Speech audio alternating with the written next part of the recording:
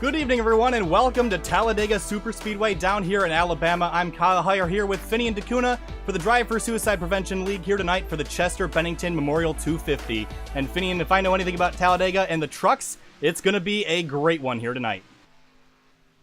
Yeah, I'm really looking forward to this. We haven't been able to really cover too much superspeedway racing, but you know, we've done it a lot, you and me, and it's a hell of a lot of fun, especially with the trucks. These things draft amazingly, so it should be a fun race tonight. We're watching a big pack going down the backstretch here, just finishing up practice, a couple minutes remaining, and we're going to head to qualifying for 5 minutes, and we'll get the field set up for 94 laps around Talladega.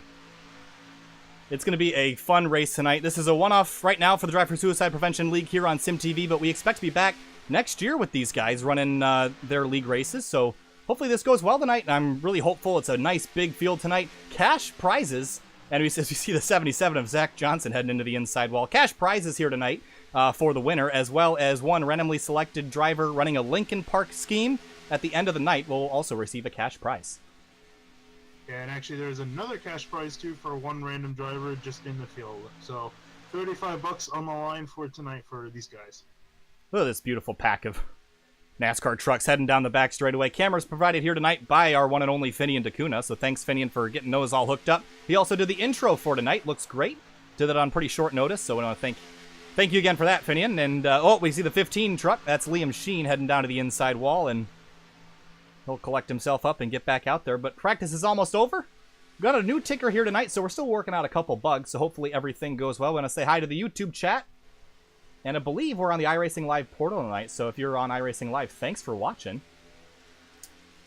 And hopefully we do this league justice and do these trucks justice, because it's going to be a good race. We see a big pile up here right at the end of the racetrack across the start-finish line. That's the 96 of Benjamin Cox. Yeah, hopefully we don't see that in the race, but accidents tend to happen. Yeah, that's one thing about Talladega is... Talladega giveth and Talladega taketh away.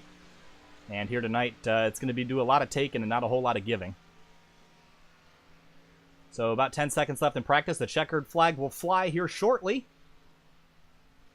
for the Chester Bennington Memorial 250. 94 laps around here, so it's going to take a little while. Hopefully we can keep it nice and green, but there's the checkers flying.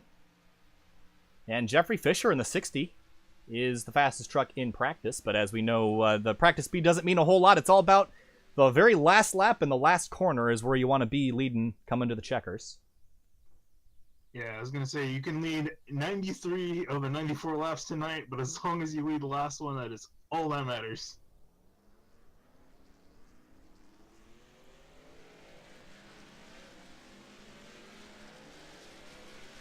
All right, qualifying is now beginning. So we'll get the ticker back up on the board here, and we can watch. There's the 88 of William Kruska. Jeffrey Fisher out on track, as well as Jordan. I'm just gonna say McKevoy. We're new to a lot of these names here, so we gotta give us a couple breaks here tonight with the pronunciations. Wolfgang Wildenauer in the 83. I got that one right, I think. Who was the guy we're trying to pronounce? What car number? The 16 truck, Finney. And if you could get a correction for that, that'd be awesome.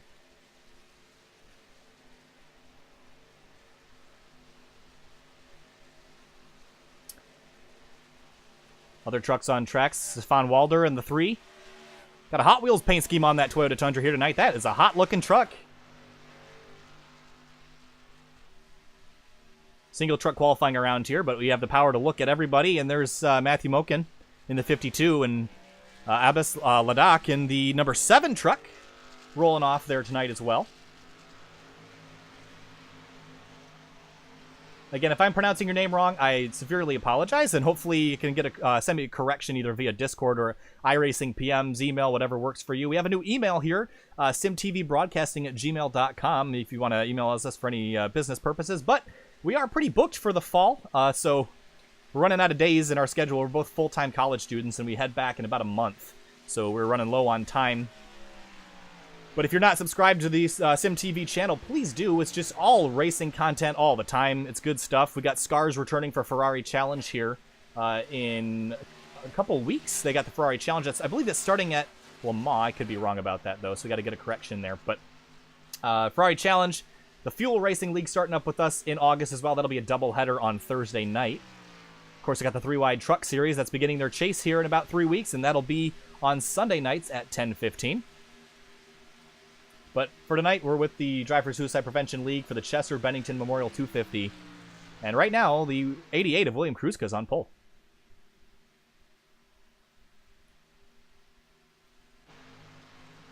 That didn't last very long. By the way, Finney, that was a correction on the car number of the name I needed to pronounce. It was the 21, not the 16. My mistake there. Oh, okay. Probably just McEvoy, but don't want to pronounce it. I would say that's a safe bet. Okay, we'll go with McEvoy. So I see a lot of these guys are coming around to finish their second lap, and that's really where it's gonna count. Stefan Walder in the 3 truck approaching the start-finish line here. 173-ish is about where we're riding tonight, speed-wise. And that's a single car without the draft. Across the start-finish line, Stefan moves up into 4th.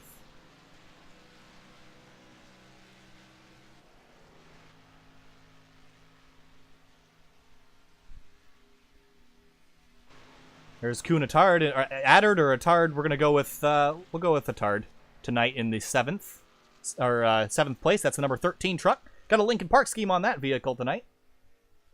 And James Miller in the 25, he's cooling down on the backstretch right now from his qualifying. He will roll off P10 if he stays where he is. Matthew Moken in the 52 also completing his qualifying effort. He's bumped down to 6th. Wow, the 33 set a really fast time. Yeah, wow. 54.69, or excuse me, 54.693. That was correct.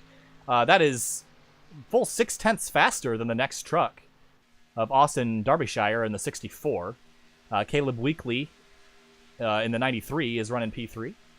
Matt Grunberg in the 54 is going to qualify in 5th place, but we're not quite done yet, so someone could steal the show here.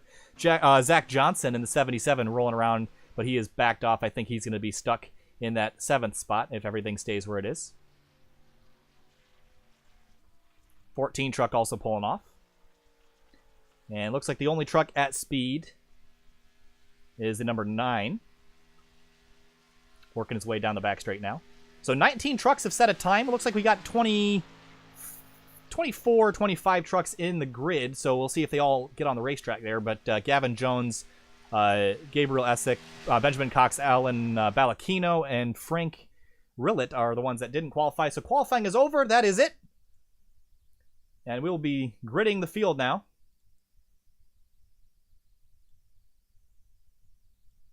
Setting up here for 94 laps around Talladega Superspeedway.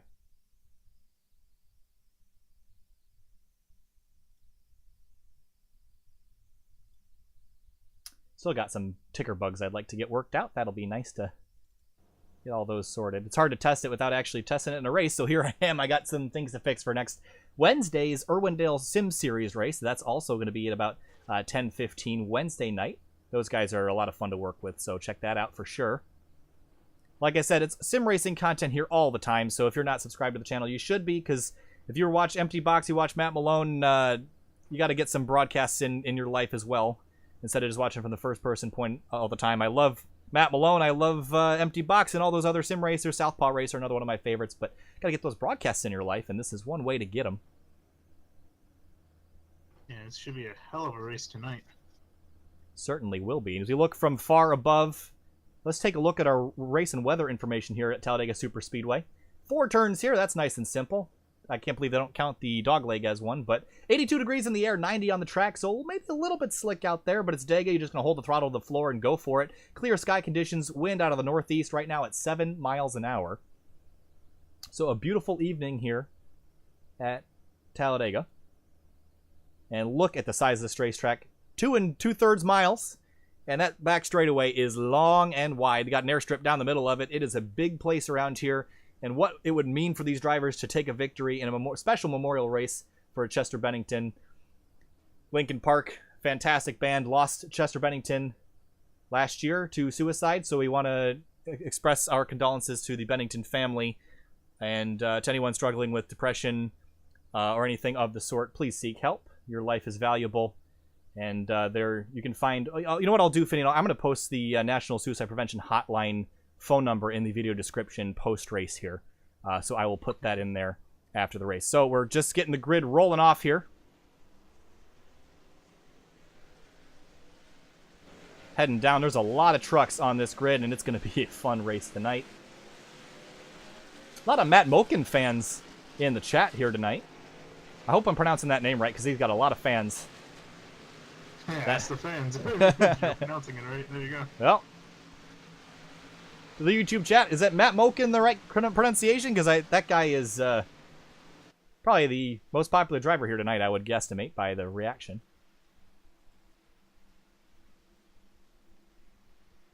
Of course, William Kruska on the 88 putting on all of this, so we want to give a special thank you to William for getting this all sorted.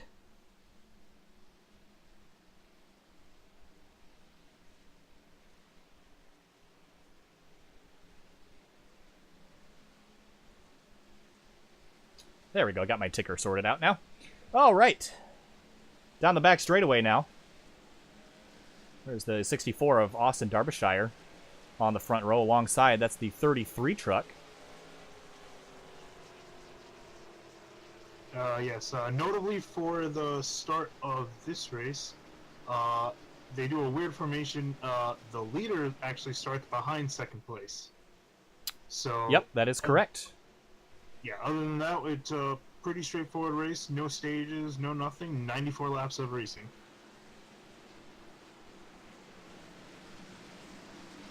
.94 laps of high-octane truck racing, V8 engines screaming in the air. We got over 20 of them here tonight. Looks like everybody in the session is on the grid, which is great to see. That's not always the case. Look at that field of trucks. From high above at Talladega Superspeedway, thanks for watching here on SYM TV. We got 94 laps of premium racing content here tonight. Out of turn 4, they're going to roll. The pace car is going to pull off, and we got a long drive around the tri-oval to get back to that start-finish line.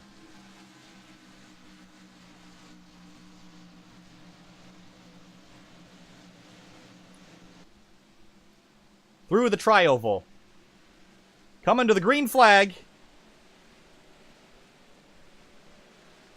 Waiting, waiting, waiting. There it is. Green flag is in the air here at Talladega Superspeedway.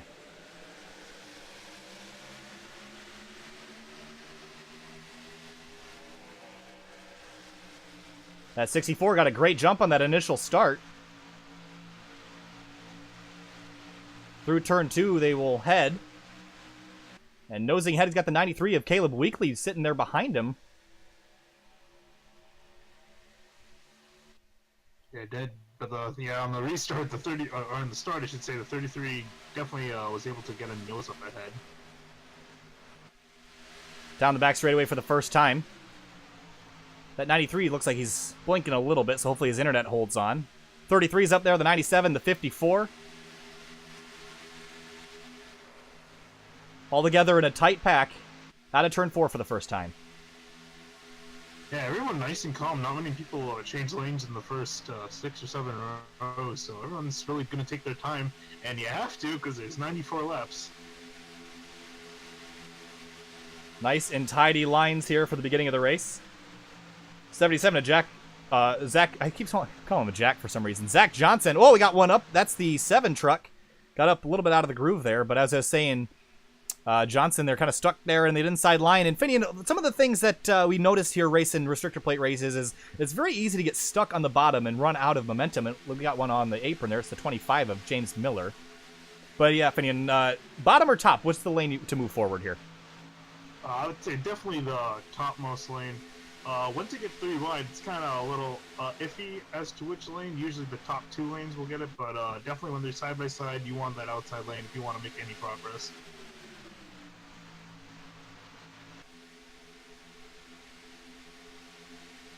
Oh, we got one spin. Ooh. In the wall, we got that took out a bunch of trucks. And the 7's involved. And others. The 83 of Wolfgang Wildenauer also involved. And I believe that's where it started. But the caution is out here for the Chester Bennington Memorial 250 on lap 3. I believe I saw that 83 get turned dead sideways. Let's go take a look at it, Finian. But that's the danger of restrictor plate racing. Is you sometimes it's hard to avoid these accidents. You see, there's the 83, gets a bump from the 7 into the 77, and 3 of them go into the wall. They catch a couple other trucks in that as well. But 77, no, sorry, not the 77. The 7 went for a kind of airborne fly. Yeah, he did. Spinning up in the air. But the 83, the 15 also, a lot of damage to that 15 truck.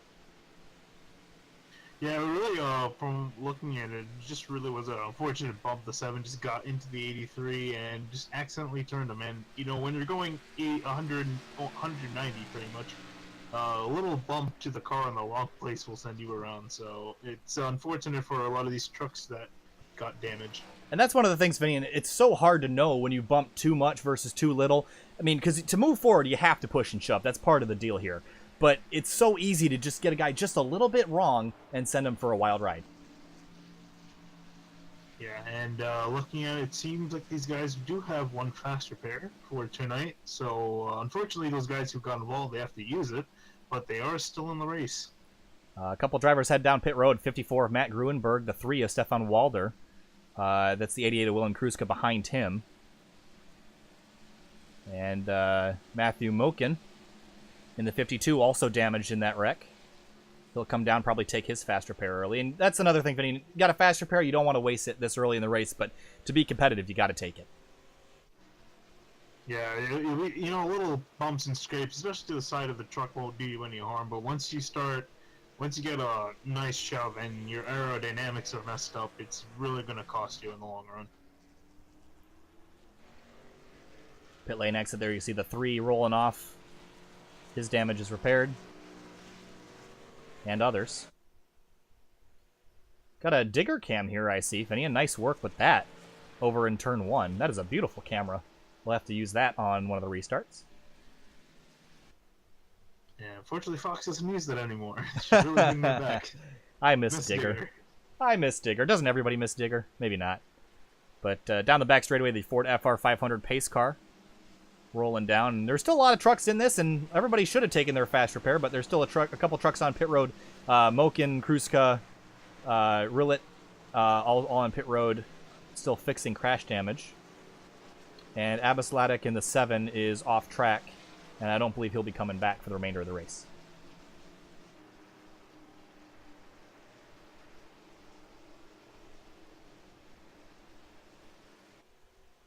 So Moken should be coming back out on track here shortly. You see him just hanging out there in the pit lane. You know, I wonder if he's just fixing his damage the conventional way, going to save that fast repair for later. I was going to say he probably is, which is a bold move, especially if you have damage to the front of your truck, because that could give you some engine damage and you can get down on horsepower. So risky move. Hopefully it pays off for him, and because you do run the risk of losing the pack. I think he might be banking on a couple more yellows here tonight, and I don't think we're done for sure. Those guys, the opening laps there were kind of wild, a couple lanes wide. It might calm down here shortly, so we should be coming now either to 1 or 2 to go for the restart, so that pace car should pull off here shortly. 93 truck has been blinking quite a bit. I hope his internet holds on. And he's got a little bit of front end damage for me, but not sure if that's a global thing or just on my client. But a little bit of front end damage to the 93 truck. Yeah, his fender's a little dented. I don't think it's anything. Shouldn't be anything too major. I didn't see where he got that damage, actually, so I'm a little bit rattled as to exactly what caused that.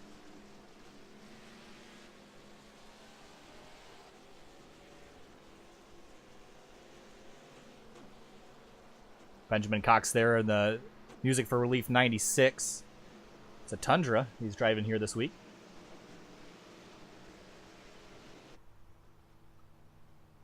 He's got that engine cranked way down, perhaps in a little bit of fuel-saving mode, maybe? I mean, depending on where the pit stops all work out, probably not. It's never a bad idea under caution at Talladega to shut the engine off and coast around for a little bit. I think there's a lot to be gained like that. Yep, it definitely does not hurt you. Every little bit counts.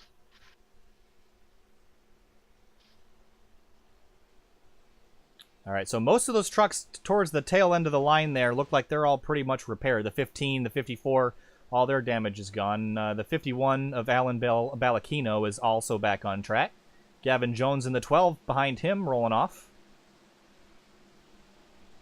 52 is finally rolling off onto the back onto the track.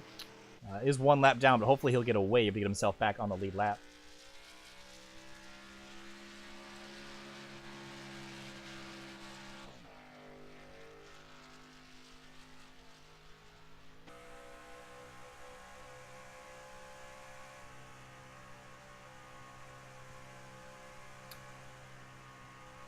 We're 5 laps in here to the Chester Bennington Memorial 250 at Talladega for the Drive for Suicide Prevention League. Thanks for sticking with us here on SYM TV. Got a long way to go, 90 laps in fact. And it's going to be a good one after we get the field all sorted out and set going back green again. We should be 1 to go coming to the line this time. I keep saying that, but hopefully these cautions that can pick up a little bit in the pace. Rolling around at 65 feels like you're crawling around here, Finian.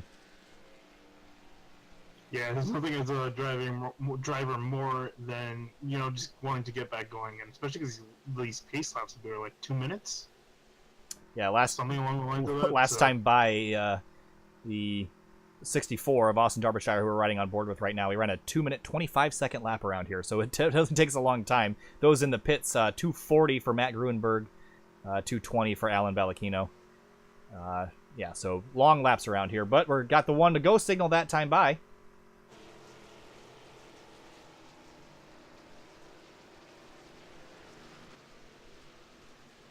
So we'll get the grid back going. So there's only 1 truck, that's the 7. He's the only truck that is off the racetrack, so 23 vehicles still rolling. And 23 vehicles still in contention to win, I would say. Yeah, no one's looking too bad, especially with the faster pair. Just get the trucks fixed and get her back out there.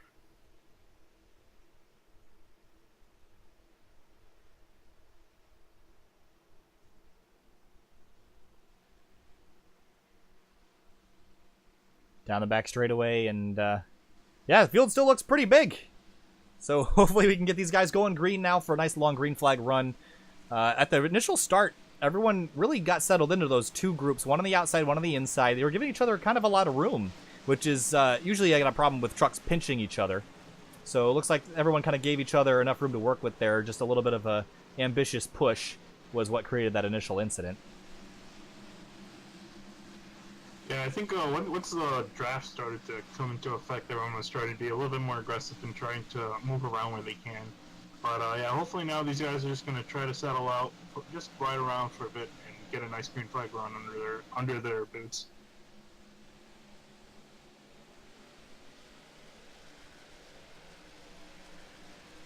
Cade Norton in the 97 running 3rd right now. I haven't really talked about him at all, but he is sitting there looking pretty on the inside lane. 33, the 14, and the 13 all packed up there as well. Gary Weaver in the 41 is 9th, and the 16 is running in 10th right now. Coming back to the restart, the pace car is going to pull off. We got to wait a little while, but now the leader has the choice of when to go, so Caleb Weekly in that 93 can choose whenever he wants to set the field back loose. Anytime it's his.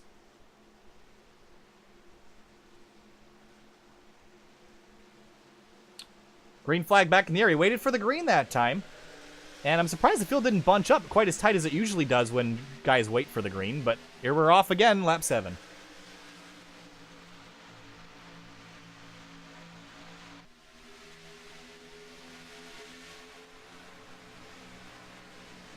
Oh, we got a couple guys in the rear here. William Kruska down on the apron. Off track. And he is back in the pits, I believe, but we stay green. Yeah, he blew an engine, actually. Yeah, I saw that from the digger cam. I saw a puff of smoke, but also thought I saw some contact there, but it looks like everybody kept it going straight.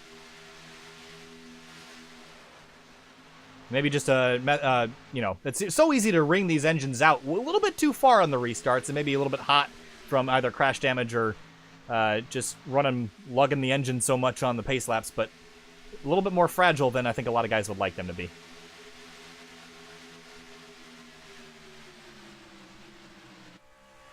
Riding on board with the 96 of Benjamin Cox, 175 miles an hour behind this main pack. And 93 is doing a great job of holding the lead so far. He's kept it going. Ooh. Oh, this is getting spicy up front. He does not want to let that 33 around him.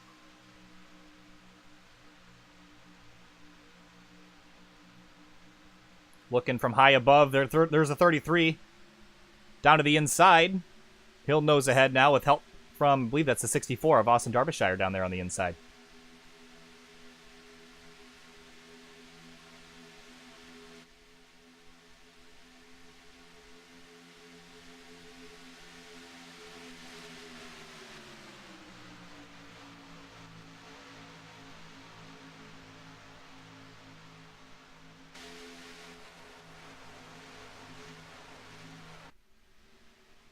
Out of turn 2 now for the 9th time. Got a lap truck. That is that the 52 of Moken? Yes, it is. Let's hopefully doesn't Kevin LePage the field here. Looks like he's going to stay below that yellow line. Give him plenty of room. Nicely done. That puts him a 2nd lap down. Yeah, and up front it seems the outside line's kind of dying a bit. Oh, wow. That was a brave move. As I say that, it gets some new life.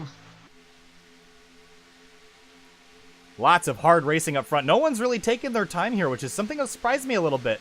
There's a 60 of Jeffrey Fisher jumping up here. Where did he come from? Yeah, he's been kind of quiet so far, just riding around a bit. Now he wants to have a chance at the lead. Love the way these guys are racing, though. They're taking no prisoners. They're driving hard. 94 laps, they're racing like it's 9 laps. And, wow, look at the 33 all the way to the outside wall now. But he's going to get pushed wide, and here comes the 3. Oh, he'll jump back in line. Saved himself there a little bit. You can easily run 3-4 wide here. It's just a little bit sketchy to get hung out by yourself. I think the 33 wants to make it 3 wide. He's constantly looking out on the outside of 60. It might be just to cool his engine, but looks like you might want to pass him.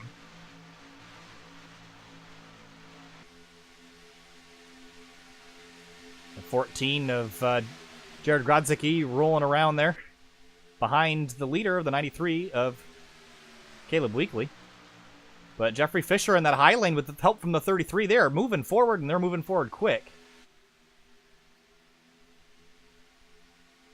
Yeah, unfortunately, you can only push for so long until that engine overheats. Wow, the 60 pulled back in front of the... Whoa, they're still juking and jiving up there down the backstretch. From high above again, you can see all the movement going around here. And one of the things we were talking about, Finney and I, we were racing the K&N cars in a hosted session the other day. The trucks are very stable, but that maybe inspires a little bit too much confidence in some of these drivers early in the going here. That they are so stable, you can do whatever you want with them, and maybe that's a little bit dangerous here on lap 11. Yeah, they're stable, but you really got to know the truck's limits as far as, especially when it comes to pushing a guy. Where you can push the truck, where on the track you can actually push the truck, and just keeping control of that and not trying to step over your bounds a little bit too much as you go 3 wide a bit in midfield. Wow, look at that pack of trucks. 22 of them. The 88 is retired. William Kruska is off the racetrack. We're 3 wide up front just a bit. For a second we were, and that 33 is not content running in 4th or 5th right now. He wants to get up there in the front. No stage break here tonight, but you'd think there was one with how hard these guys are racing. But I love watching a good restrictor plate race. It's pretty good stuff here. And that 14, Jared Grodzicki pushing that 93 back out to the front. I wonder if the 33 is trying to signal the 3 for help to push him around the 60, but 3 is not helping him at all. A big push to the 60 truck mid-corner here. That should give him a nice good launch down the back straight. But yeah, Finian, I think you're right. He definitely looks like he wants to step out. And they got a couple Tundras in the outside lane and a couple Silverados on the inside lane. Oh, turned in front of the field. Contact. They're crashing. There goes the 93. No caution. We remain green. Oh, man. That was about as few cars, I think, as you could possibly... There's the yellow. Caution is out here on lap 13. And it's for Caleb Weekly in a 93 sitting there prone on the back straight. Well, I think that was about as little trucks as you could wreck for crashing their midfield. Let's get another look at that. Potentially, if we could get a look in slow motion, that'd be really cool. And here we are. Let's ride from above here. And Finian, you tell me what you can see. Yeah, from what I see is the 33 just got a massive run coming off the turn, which is what you do on the outside. You get a huge run coming out of the corner. And he was trying to hit the 60, and it seems like he went across the back of him, and then he clipped him in the left rear. And as I was talking about, it's a matter of where you hit the truck, and he just got him just at the worst possible moment, and it just hooked the 60 truck around. I am amazed that only took out 2 trucks, because they looked like they were about to turn back up into the field. So great job by this 93 and the 60 to just lock down their brakes and come to a nice stop. Yeah, that's another thing. That 33 truck was definitely not content running where he was. But let's ride on board with the 33 truck if I can grab him. There we go. And here it is from his view. And on the corner exit, just had a good run here, and a push just a little bit off center, and that sends the group sliding around. So an unfortunate accident that collects a couple other drivers here, but only 2, and that was at the front of the field. So good driving by everybody else to avoid that.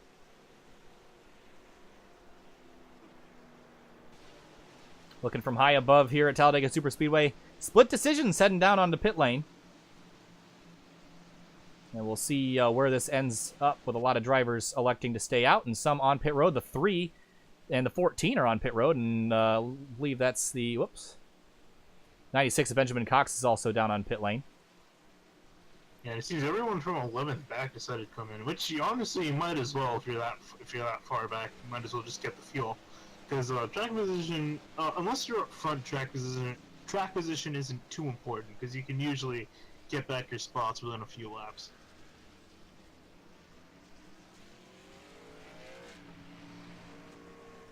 Pit exit here, watching the trucks roll off pit lane.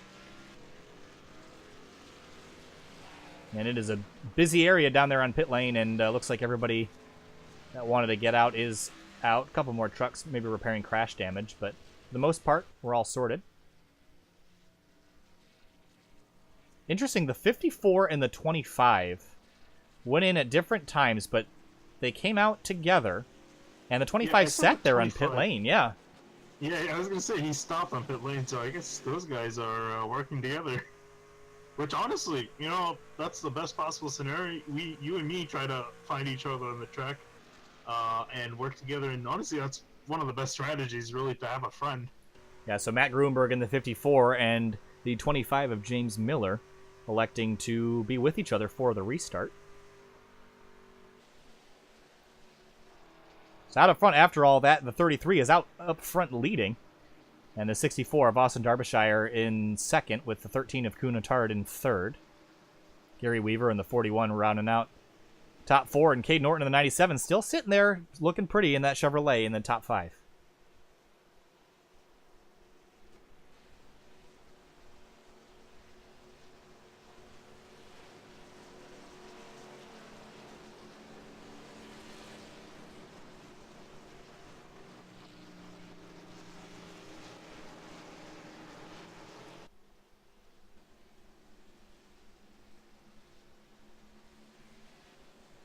All right, so we're 15 laps in, and maybe it's a little bit early to be picking favorites here, Finian, but makes it tricky after the 93 got taken out. But let's see, looks like he's got his damage mostly fixed. So I'm gonna go out on a limb and say that 93 gets his truck back up there. Honestly, you wouldn't be too crazy with that. I was worried about him because I thought his internet was gonna give way on him, because he was flashing really badly earlier on in the race. Seemed to get that sorted out. Wait, if you're going to go with the 93, I say... I'm literally just looking through the field. You might as well just... You got a better chance of winning the lottery than picking who's going to win here tonight, but just for fun. I would say the 64, he's been up there, and it seemed to have been holding his place, so, I'll be safe and say he's got a good shot at winning this. 64? But yeah, as you're saying, it's pretty much, you might as well have a lottery, you know those wheel things that they have for the lottery? Just put everyone's number on balls and then just try to draw one, because it's really crapshoot, honestly. At the end of the day, I like your pick. Really fun crapshoot. I like your pick of the 64 though. Austin Derbyshire's been up there, qualified well, has been up front so far here tonight and has kept himself out of trouble. So I like your pick there, Finney. And also another one to watch out for, Caden Norton in the 97, just sneakily hanging out there in the top 5.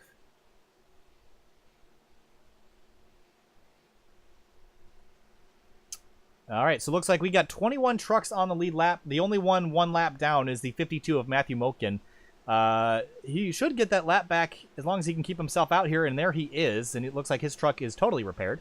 So he'll just be waiting to get that one final wave to get himself back on the lead lap and back in this fight. Keep an eye on that yellow and black Silverado. Got Jegs on the truck this week. And Jeffrey Fisher, after being collected in that incident, sitting there looks like he's still got some damage to that truck. But I think he's just going to ride it out and work with it.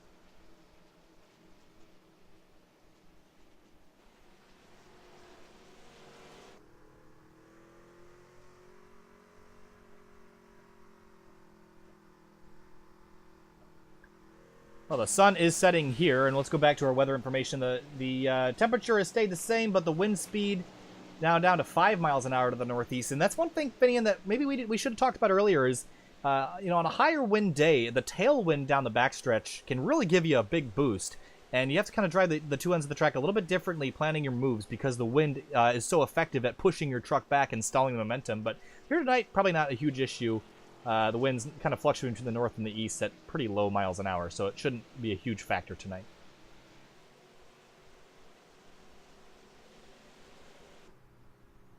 Yeah, it's a cool and quiet day weather speaking, but on the track it's been almost anything but.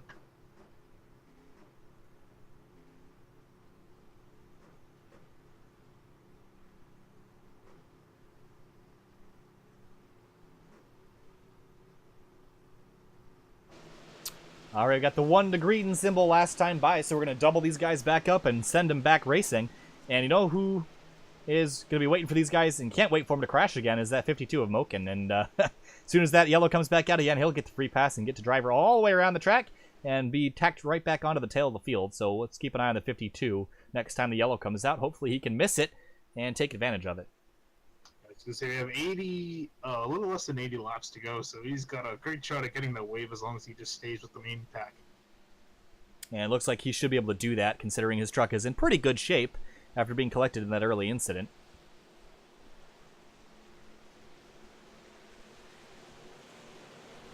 Got a pretty good mix of Chevys and Toyotas up front. I see a lot of Tundras lined up in that outside row towards the rear, though. Let's check back in with the 54 and the 25 and see where they're going to sort out. Now, they're 19th and 20th. So that means that the 54 will be on the outside groove, one row ahead of the 25. So let's keep an eye on this duo and see if they're going to hang together for the remainder of the race, because I'll bet you they might try a two-car tango when the laps start ticking down.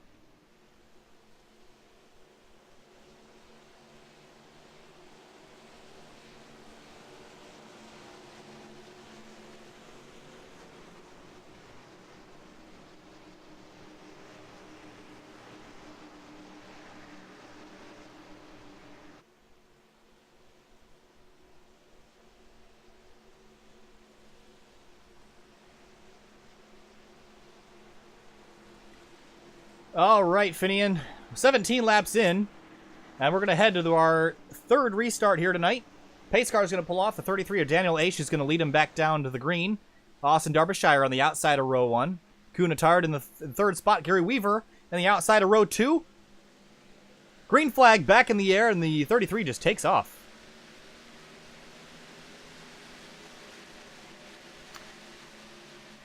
That was a very separated restart. They're almost everyone's single file by now.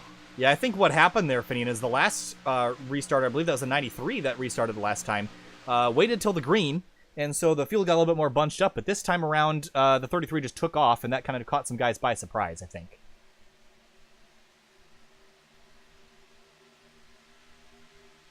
Down the back straightaway, got two tangos, the outside row and the inside row. Let's see how this is going to turn out.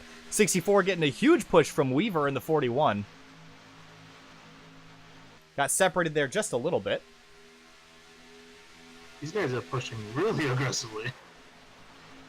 Now, I wonder if they know something we don't about, planning on taking it easy for a little middle section of the race here. So getting out front and having that track position for the majority of the race, probably a good thing. Wow, you see the 33, or excuse me, that was the,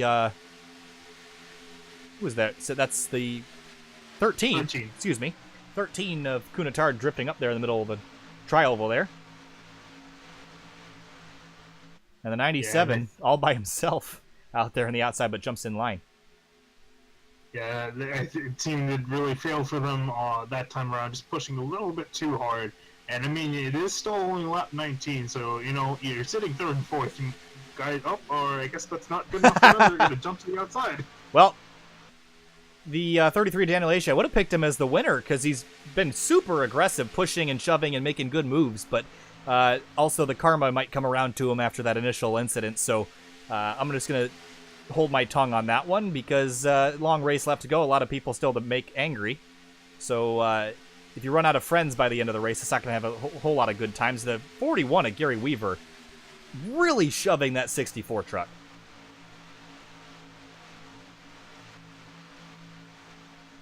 We'll give it to these guys trying to make it interesting, though. We could just be parading around here single file like they're typical NASCAR race. They're really pushing and getting their times worth here. 41 looking to the outside lane. He's going to... Oh, maybe not. Just getting a little bit of air to the nose. Honestly, I would have probably jumped to the outside. That would have been a good move. Well, I said earlier, Finney, I put the National Suicide Prevention Hotline number in the description. Well, there it is for you. On the rear of the 41 truck at Gary Weaver. 1-800-273-8255. I will put that in the description and the comment section post-race. Or anybody that's watching can throw it in there.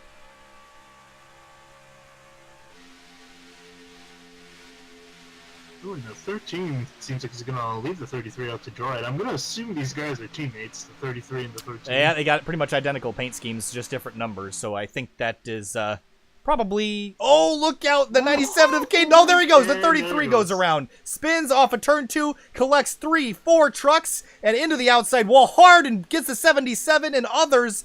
Look out! The 93 weeds his way through all that, but there is another big crash on the back straightaway here on lap 21. And wow, a couple other really good trucks torn up in that one. All right, let's go back and look at it. I think we saw a pretty good angle of it, so here we go again. But the 97 tried to slip through here and almost made it, but slipped up mid-corner and just got into the 33. Collects the 96. Purple truck goes around, didn't quite see who that was. The 77 of Zach Johnson collected. And others. He was trying to go, he went for a gap that pretty much closed on him as he was going through it. But I mean, that was a little too aggressive of a move in my opinion. I mean, we're still in the first quarter of this race pretty much. Yeah. Yeah, Finian, that's it though. These guys are racing hard. They're trying to get everything they can, and you know, sometimes accidents are going to happen like that. But yeah, aggressive driving for sure. That collected a couple drivers. But here is some good news for Matthew Moken fans. He should receive the free pass here in a moment. Yeah, it seems the 33 is going to be getting towed back to the pits. Yeah, that was pretty heavy contact with the outside wall, so I'm not surprised to see that. Well, out front, the 64 of Austin Derbyshire is going to assume the lead where he was. Gary Weaver in the 41, who's pushing extremely heavily, but doing a great job doing it. He's going to roll off in second. And Jordan McEvoy in the 21 in third. And the 9 and the 14 rounding out the top 5. All right, let's see what the pit decision is this time. Looks like for sure the 13's coming down. And he's going to be a lonely man. Oh, here comes the 12. Gavin Jones just makes it inside the line. The 51 of Alan Ballacchino. The 54 and the 20, the 54 and the 25 also heading down pit lane. Yeah, it definitely doesn't hurt to get fuel, and yeah, especially I think the 13's been out there since the green flag dropped, so best time to get fuel is under caution than pitting under green. All right, so how much do you want to bet that 54 and 25 come out side by side here? I would put very good money on it. Yep. 25 stopped right in front of the 54's pit box. And you see What truck is that? Is that the 15 of Liam Sheen? And it is also stopping, waiting for this group. There's a 77 of Zach Johnson pitting behind them. 25's pulling off, and there they all go. I believe that's... I would say that's a team, but there's a Tundra and 2 Silverados there. So... Well, we're in these guys' Discord server, and those 3 are in a channel, so... That makes sense. It seems like they're working together. I think that eliminates all the question we had there.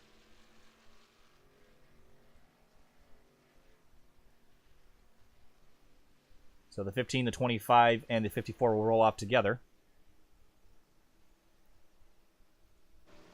So out up front, Austin Derbyshire, maybe the dark horse in this one. I'd say dark horse, but he's driving a white and lime green truck that's visible from about 100 miles away. So he's the light horse here tonight. But out in front with the 41, those guys made a good team. Very solid pushing from that group.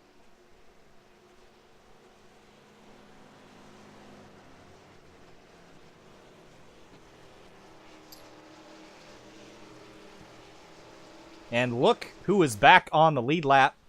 The fans are cheering. Matthew Moken in the 52, that beautiful black and yellow Jegs Silverado is going to catch the tail of the grid. And he is sitting there in 16th now. So Moken, after about 20 laps, has found his way back on the lead lap, and he will be able to compete for the rest of the race. Yeah, honestly, that's a great job of him, just sitting it out and just trying to hope for a caution to come out, and sure enough it did pretty early on. So yeah, hopefully he doesn't get involved in another wreck, because I believe he's used his last fast repair.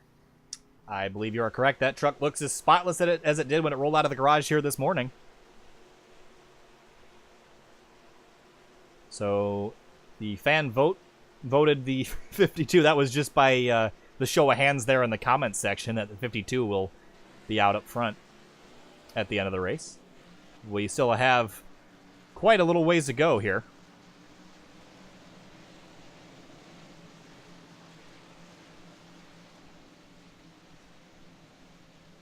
Three cautions here tonight. Sorry about that, Finian. Go ahead.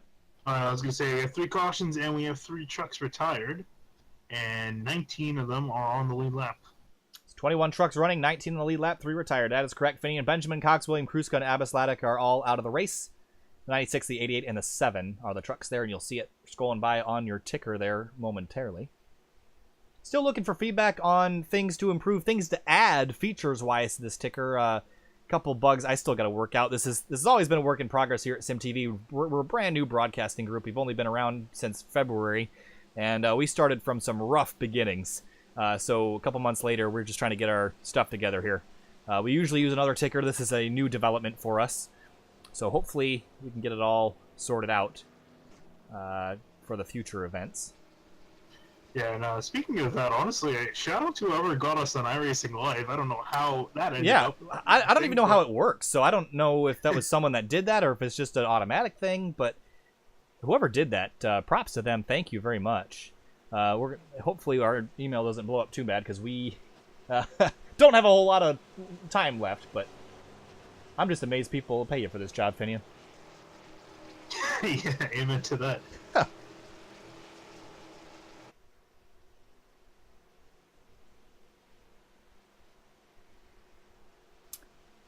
All right, so we're about to hit lap 25 here. We should definitely get the 1 to go. This has been a long yellow. Yeah, as they tend to do, especially with lap cars, because you get an extra lap, and it's a whole another 2 minutes and 30 seconds added on. Looking from high above Talladega Superspeedway here again. Let's check back in on the wind, and it looks like it's still out of the northeast, 5 miles an hour. Not a whole huge surprise there. But it's been fluctuating from the north and east, so these trucks are pretty stable, but if they got the guy that's on edge making a move, that could easily push that rear end of the truck out and make for a slippery, slidey time at one end of the racetrack. So there's the 1 to green symbol.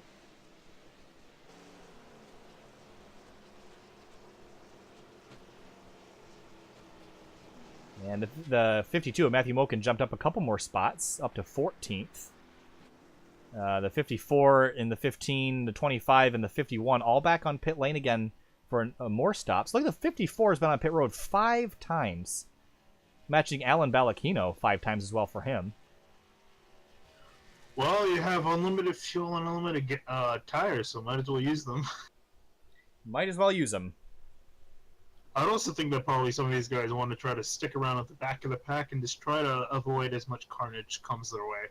That's usually a tactic that some people try to do, and honestly it works out pretty well. So we'll see what these guys are going to do, but up front they've been very feisty and very racy, so we'll see if that continues or if these guys are going to try to, now that we're entering the middle stage of the race, they're going to try to just go maybe single file, just kind of run out the laps. Well, one truck that's back on track is the 33 of Daniel Aish, and was involved in one of the earlier incidents with the 60 and the 93, and was very aggressive here. But he's only 2 laps down, and there's a long way to go left in this race. So I would not put him out of the question yet, and his truck is fixed up and ready to go.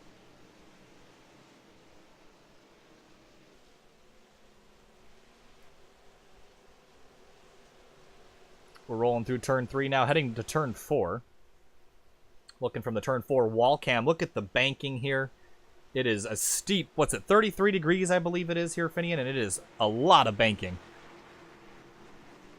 Yep, yes it is. You ever see those videos of people walking up, even at Daytona too, just walking up the banking, it's like they're on a hill climb, so.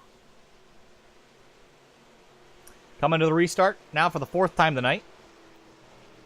The 64 and 41 will lead them off, and look who's there. That's the 9 of Kevin Giadrich.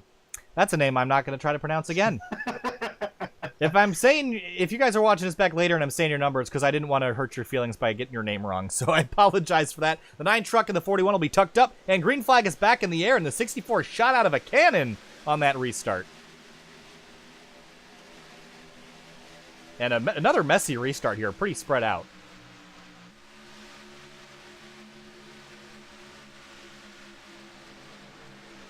Yeah, almost the entire field got single file out, but that sort of changed as they started drafting up to one another. I just got whiplash from the blimp camera. Oh my goodness. Down the back straightaway we go now for the 26th time. Look at that. That's the 21 of Jordan I swear to God, I'm going to get these names wrong every time. Jordan McEvoy. And he doesn't have help out there, but the 14 is coming there. That's Jarrett Gradz.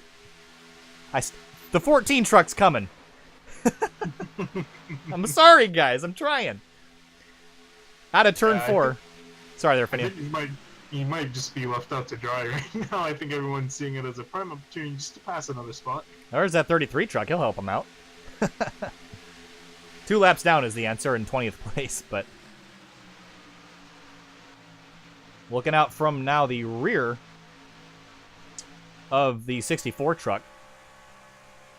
And look at that long line of NASCAR trucks.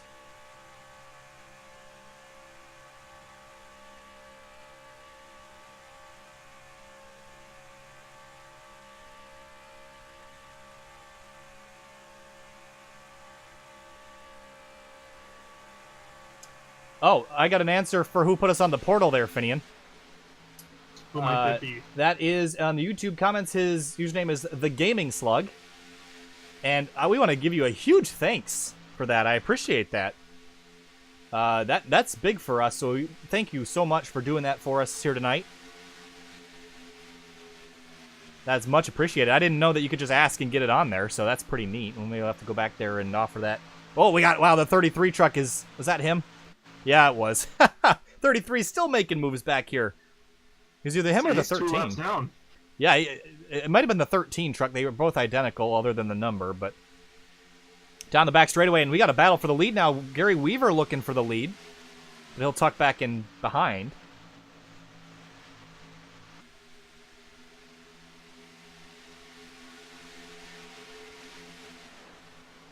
Yeah, the 97 truck's trying to get a top lane running, and he's going to get help from the 13, so they're about to make a charge.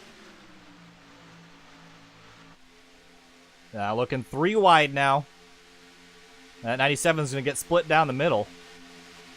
And there's the 60 of Jeffrey Fisher involved in that second caution. He's made his way back up here into the top 10, looking for a top 5 now. 77 of Zach Johnson pulling back out on the racetrack. He's 6 laps down.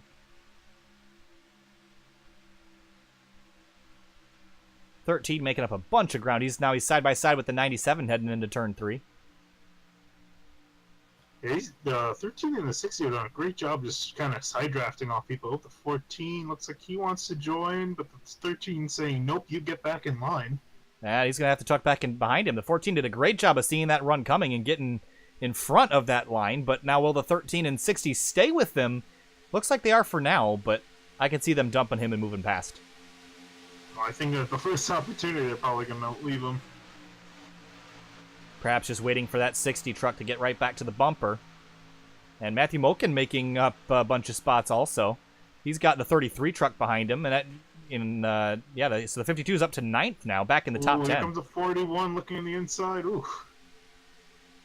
Almost took the Look out! The 64 got turned down onto the apron. He managed to save that. An incredible job by the 64 of Austin Derbyshire, but the 13 and 14 are going to be out in front. The 14 is going to drop to the bottom, but the 13 stays high, and Cunatard is going to take the 60 with him, Jeffrey Fisher, along the outside lane here. Pushing and shoving, and it only took him a couple laps to get aggressive again, but here they come, and Matthew Moken in the 52 now up here. Where did he come from? He was 2 laps down a couple laps ago. Yeah, that's like some Dale Earnhardt type moves up there. He's come all the way up. He's in 3rd right now. Oh, he's going to slot in 3rd. Wow, that's pretty impressive. The guys in chat were saying he was good and he was going to win, but I didn't expect to see something like that happen. That was awesome to see. And now you see the 33 getting left out, hung out to dry there. And here comes the 97. And these guys might have a little feelings to settle.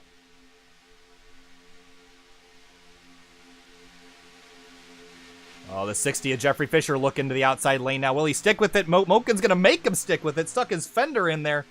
And that made sure that the 60 wasn't getting back in line, but... Wow, great racing up here for the front. Yeah, I thought these guys are going to just set it out single file, and, we're going to have to come up with some stuff to talk about, but these guys are making it hell of a really interesting race. They are indeed. Moken's really pushing that 13. Yeah, I think his internet's kind of betraying him, though he's... actually inside the 13, so... He must really like Lincoln Park, because let's check on board here. Oh, yeah. Pretty good. Out of turn 2. Oh, got a couple guys dipping down onto the apron. Can't pass under there. But it's so hard to see. And when we watch on the roof cam... Oh, gosh, 50 was way inside the 13 now. When you're watching from the roof cam, we're about 2 or 3 feet above what the driver sees. So it's not a great spot to really see where you're going. Actually, let's right on board with the 64. We'll get on the gyro cam here, looking out the nose of the truck, and you can see how little you can see and how much banking there is. Let's ride with them all the way until turn 1 here so we can see just how much banking there is. You see Moken jump into the high lane now. But here's the ton of banking here for turn 1. Yeah, you really just cannot see a thing. These trucks are so massive that it's really hard to see. You have to almost look out in front, through the windshield of the truck in front of you to try to see anything. So I see a lot of these guys like kind of swerving, and that's usually what it is when they're swerving around. They're just trying to get a look to see, how's everyone doing, which line's moving faster than the other, and stuff like that. But yeah, the 52 is trying to challenge for the lead here. And challenge he will. He is on the outside lane. He's got help from, that's the 60 truck of Jeffrey Fisher.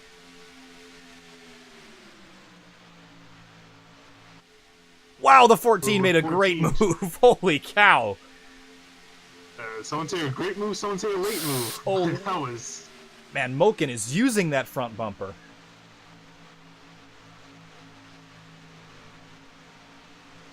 And to the lead goes Jared Grodzicki.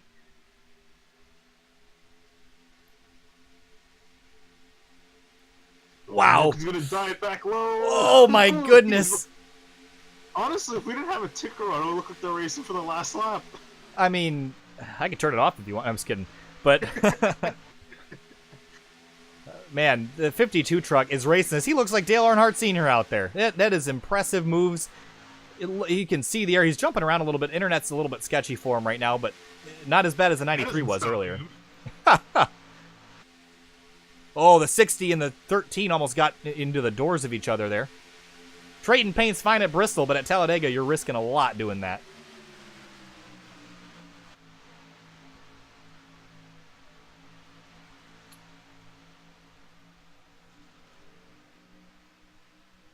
Let's not forget that the 33 truck is 2 laps down, and he is up here racing like he is in the top 5.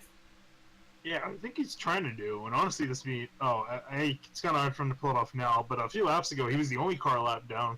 So it would have been interesting if he tried to unlap himself and then wait for a caution to come out and then get pretty much a double pass, both of his laps back.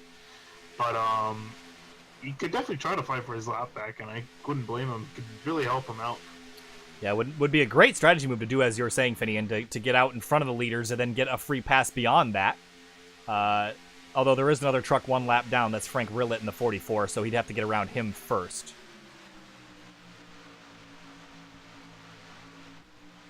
Speaking of Frank Rillet, he's actually pulling off into the pits. Well, that answers that question, so it gives that advantage back to the 33. Down the back straightaway for the 36th time now. And there's Kunatard. It's pushing the outside lane. Fisher really shoving now.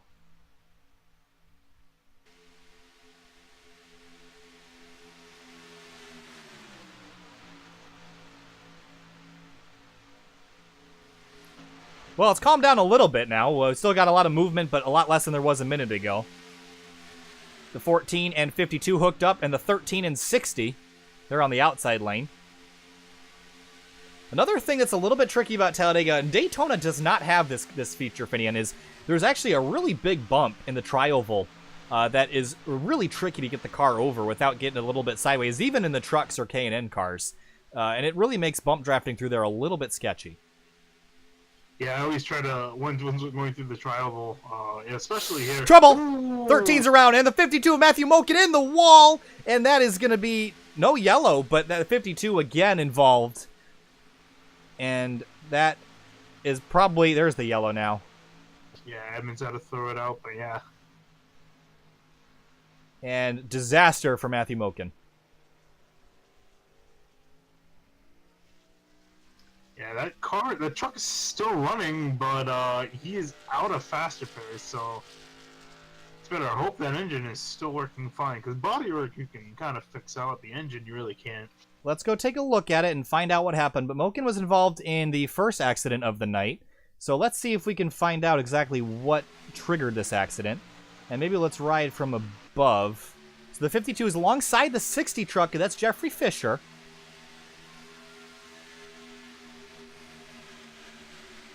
Was it the 13 that got into him? Oh, the 60 of... Wow. Interesting. Yeah, that was almost actually a near identical replica of what we saw the 33 do to the 60. It's almost the exact same wreck. Yeah. Interesting. For sure. But that tore up a couple more trucks. And now we're 38 laps into this race. But Moken, he's got damage. It's not a ton, considering the impacts that he took, but I don't think that truck's going to be nearly as competitive as it was a minute ago. No, he's doing 137, and it seems like he's flooring it, so I think that truck is kind of done for the night.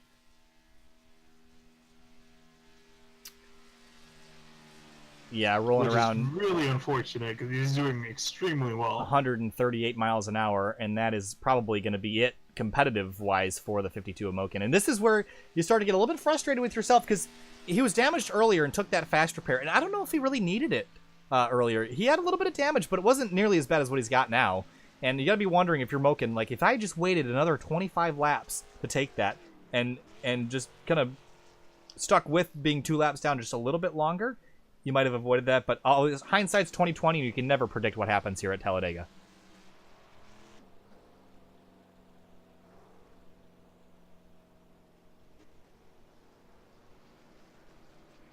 But on the bright side, at least for someone's day, the 33 gets waved back onto 1 lap down. So that's really going to help him out. Just want to mention that at one point, Finney, I was just checking the analytics for YouTube. We had 42 concurrent viewers on at one time. That is by a huge margin the most we've ever had watching a SYM TV broadcast. And like I said, guys, if you guys are watching, you can probably tell, but we're pretty new to this thing. Probably about 5 months in. Actually, I think today is actually exactly 5 months since our first broadcast. I believe it was February 20th was our first Audi Cup broadcast. if you go back and watch that, how bad we were and how awful our graphics package was. We've come a long way, but we still got some stuff we'd like to learn. But thanks for sticking with us, and thanks to the Gamer Slug for getting us on the iRacing portal. That is super cool for us, and only in 5 months to come as far as we have. But really appreciate that from you guys. Yep, and it's been definitely an entertaining race for everyone watching. I don't know if you guys are having fun, but I'm definitely having fun. And honestly, the cautions haven't been too bad. Quite a few for this amount of time, but the racing these guys have put on has been amazing tonight. It has been pretty fantastic racing. We're looking from high above Talladega Superspeedway here in Talladega, Alabama, looking down at the 2 2/3 mile oval that started it all, Superspeedway racing. The kind of the bigger twin brother, I should probably say. I don't know if tracks go by the same she and her pronouns that cars do, but Talladega, the sister racetrack to Daytona, just bigger, wider, and faster. And it has put on some spectacular shows since it was built. And it continues to do so here tonight for the Chester Bennington Memorial 250.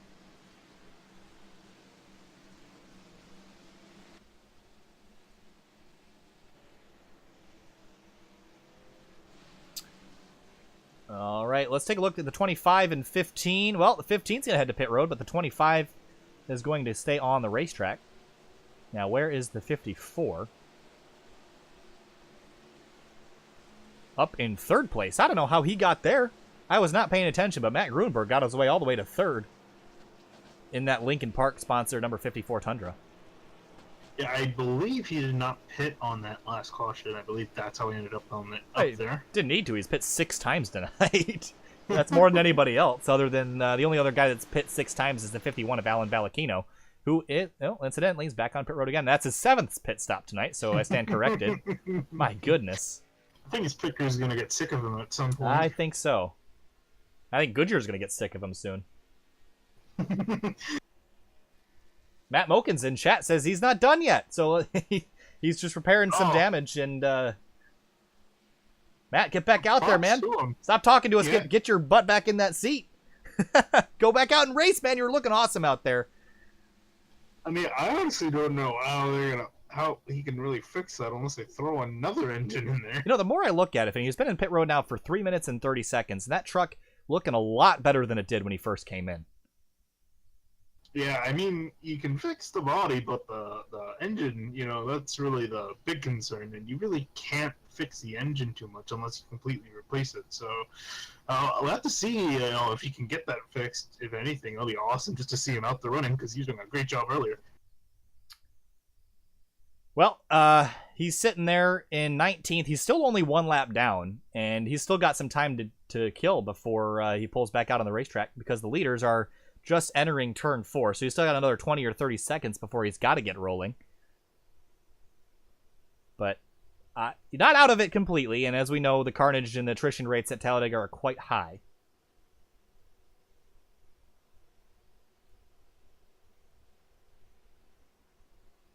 All right, so we're 40 laps in. We're nearing the halfway point here tonight. Been live for just over an hour, I believe. I can double check that. Got my fancy schmancy. Well, it says we've been live for 43 minutes. That's probably not correct. We've been live the whole time. All right.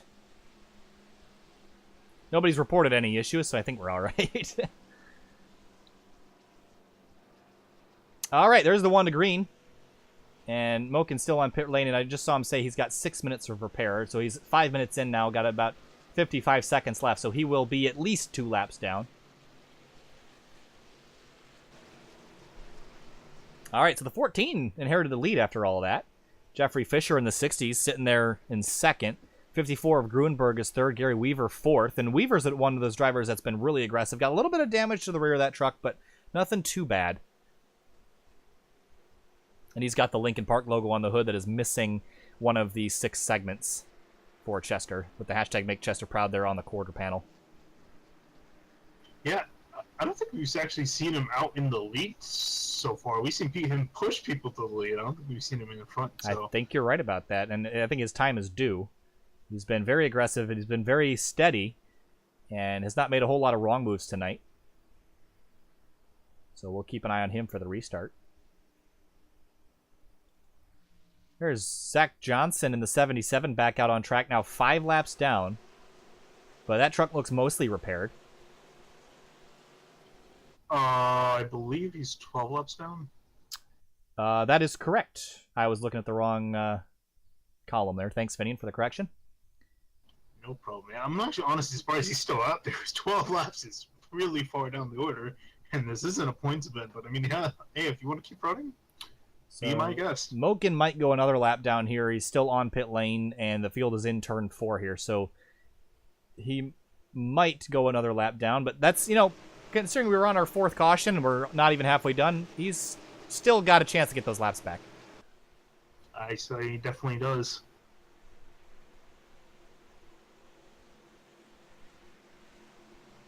Out of turn 4 once again. The 14 and the 60 will lead him back to the green flag. Remember, the 60 drove from the back earlier after being collected in the 2nd caution with the 93 of Caleb Bleakley, who's sitting there in 7th. So a lot of good recoveries tonight. As we're going to head back down to the green flag, the 14 will fire off here in just a second. Waiting for the green, perhaps. There it is. Green flag back in the air. And the 14 of Jared Grodzicki will lead him back to the green flag.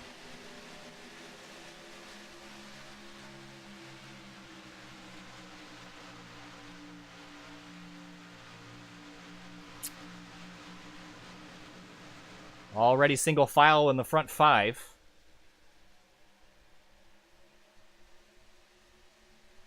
Down the back straightaway, the 64 of Derbyshire's looking on the outside. Wow, as soon as they got onto the back straightaway, they all shot out from the bottom, and now they're duking and diving. The 41 to the top, to the bottom, elevator ride. He's going to get locked in behind the 14. Yeah, everyone's just trying to find a lane they want to go with, and it's pretty much pick your move.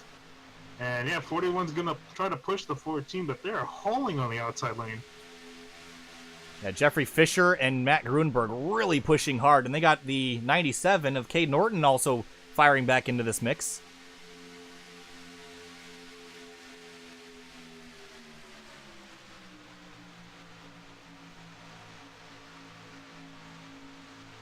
Still side by side, the front 6 now.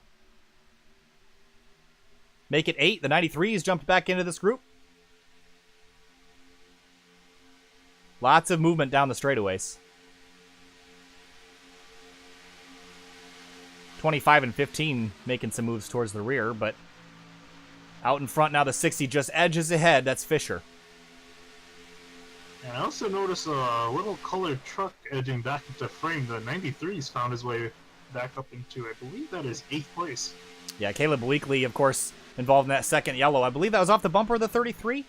And has found his way back into the top 10, running 8th now.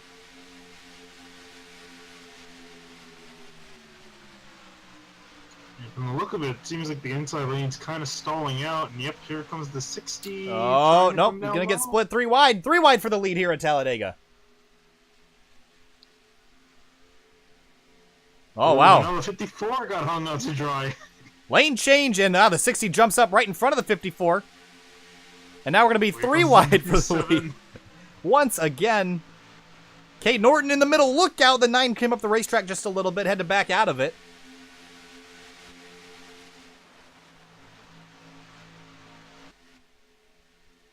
Off of turn 4.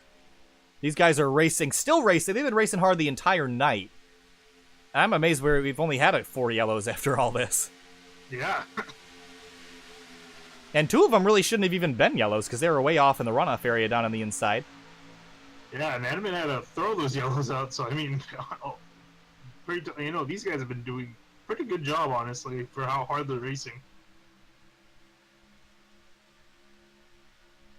Down the back straightaway, the 41 gives the 14 a nice good push. Ooh, 41's looking kind of low. Weaver has been shoving that 14 ever since the restart, but Gruenberg now on the rear end of Fisher, and they are pushing and shoving like it's the final moments of this race. Got a lap truck. That's the 52 of Moken out there. And he might go a 4th lap down if he doesn't get his butt moving. I think he's severely down on horsepower right now. He's only going 155 by himself. Yep. Wow, for the lead. Look out. The 54 and 60 clear the leaders. And they're going to jump down into the inside lane. And Fisher and Grunberg now are on point. Oh, contact in the wall. It's a 13. Wow, an incredible save. 13 of Kunatard into the wall. And that's going to be pretty significant damage for the 13 truck. But out up front, we still got guys moving around. 14's looking back to the outside now. Where's his help, though? Weaver not able to stick with him.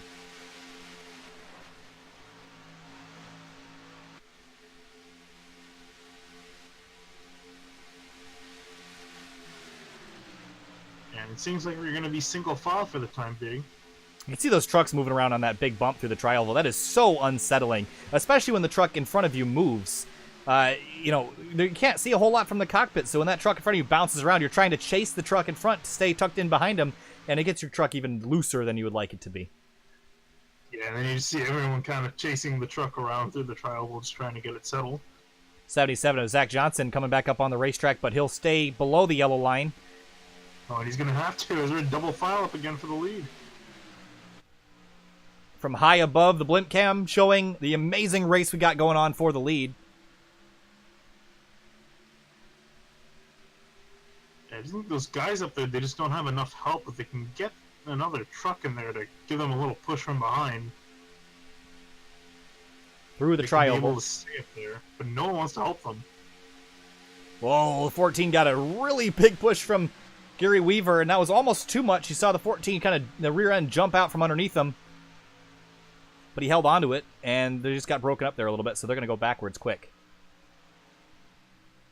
Here comes the 25 and the 97 to their rescue.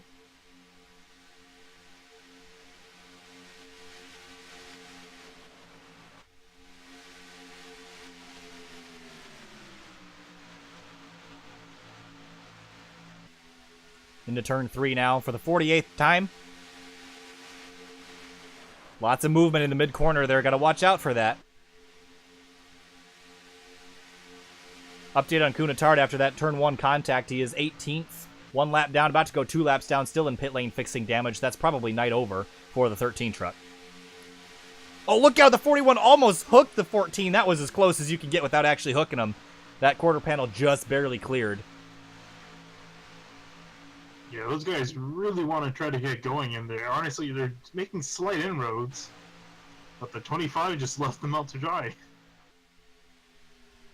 Yeah, James Miller jumping up here, looking for his teammate there, the 54. As we head down into turn 3 now. It's the first time we've seen the 25 up here trying to find his teammate, but he's out in second place right now up front.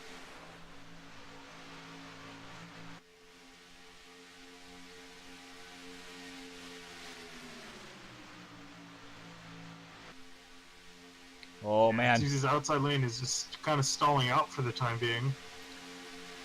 The 33 is still making some moves. He's only 1 lap down now, so and he actually, I believe, is the only truck 1 lap down, so he will be the free pass recipient should we get another yellow. And let me tell you, by watching that 33 tonight, he is a serious threat to win this race if he gets back on the lead lap.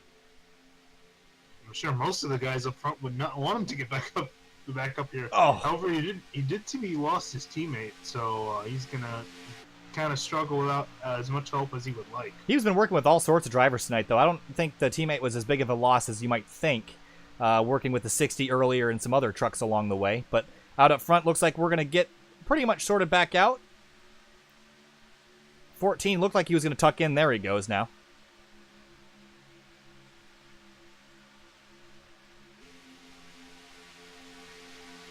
Now we are past halfway. And notably, these guys are going to have to pit at least one more time. So it is going to be a matter of when these guys are going to pit and who are you going to pit with, because you definitely don't want to pit by yourself. Look at James Miller on the 25 jumping to the outside, and there's the 54, Matt Gruenberg. And now that didn't take very long for the teammates to get hooked up, but I almost crashed. Wow. Trouble almost there for those leaders. That was about as close as you can get to wadding up the field without actually doing it. Great driving there. Man. Great reaction by everyone, just kind of slowing up and letting everything get sorted back out again. Wow. That top could have been ugly. That's Cade Norton there in the 97 behind the 25. So we went from single file to double file again in one lap.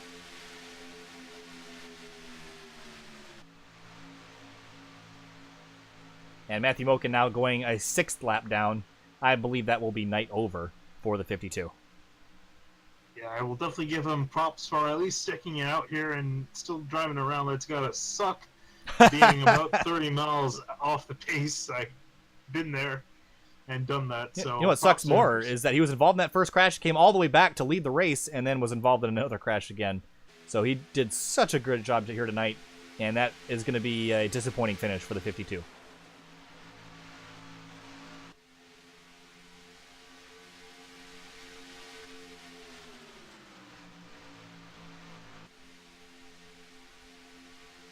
Here comes the 33 pushing the 97.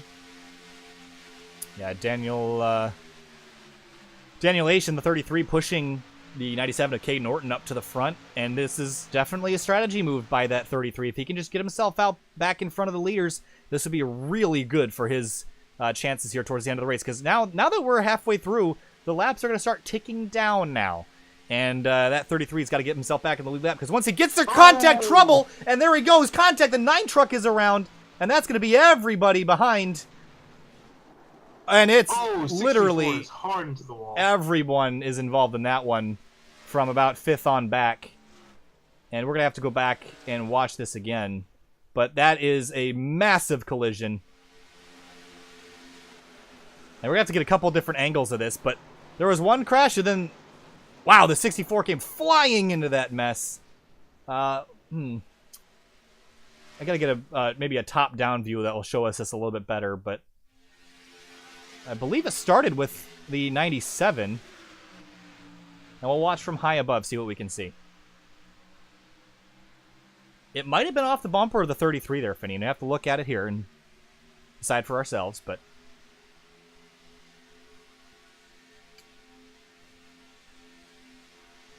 yes, it was. Just right hooked off the 33. 33 collected the 9. And it was off from there. Let's get another view from high above. Watching the 9 truck now. Because this is where the real carnage was. Yeah, it's like I've been talking about all night. It's a matter of where on the truck that you push. And yeah, you pushed in, you got him in the wrong part of the car, or the truck I should say, and just spun him out. So it's a tough break for these guys, and especially I don't know which one of them still has their fast repair and which ones don't, but I think that's going to be night over for the 33 at least. That should be night over for the 33, and that's the second time that a driver has gone off his bumper, so I'm sure there's some in the field that are not too happy, but a shame for the 9 truck. Almost got upside down, got the 4 wheels off the ground, and that was a very scary moment for Kevin in that number 9. I think actually one onboard you should check out is the 14. All right, let's go back, check out the onboard camera from the 14 truck. It's going to take me a minute to find this one. Here we are.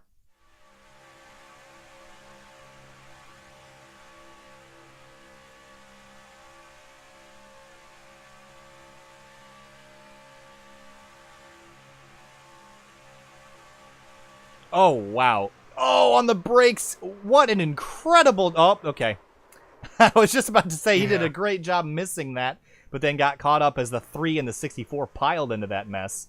So shame for the number 14. So dominant here early. He's going to come out with significant damage, but looks like he took his fast repair, so that... Never mind.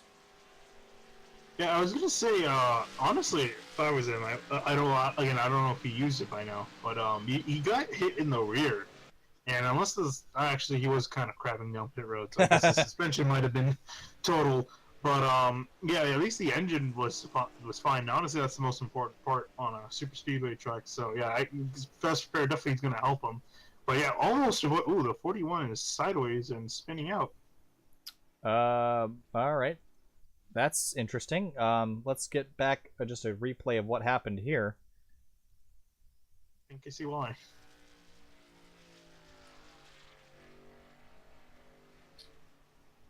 Oh, well, that was an interesting... all right, then. Yeah, it seemed like he was avoiding the 60 because the 60 was just coming back on the track, and he forgot that he had to be on the right side of the blue cone. So he came up, and the 41 was coming at speed and did a last-minute swerve to try to avoid him. Well, no damage for the 41, so that'll get all sorted back out. Should be able to hold his position. But Yeah, look who's out I mean, front. hey, he got his tires warmed up, so... Well, there's the 52 of Matthew Moking, probably going to get one of his laps back here. But look who is up front. James Miller and Matt Grunberg. Those guys have been together all night, been inseparable. They've been attached at the hip, and here they are leading now on lap 55. Yeah, and I think they're definitely going to want to stay there as long as they can. And again, it definitely helps to have some friends to help you, because they can defend for you and, you know, try to help you out. Because usually when you're out there, you're just by yourself.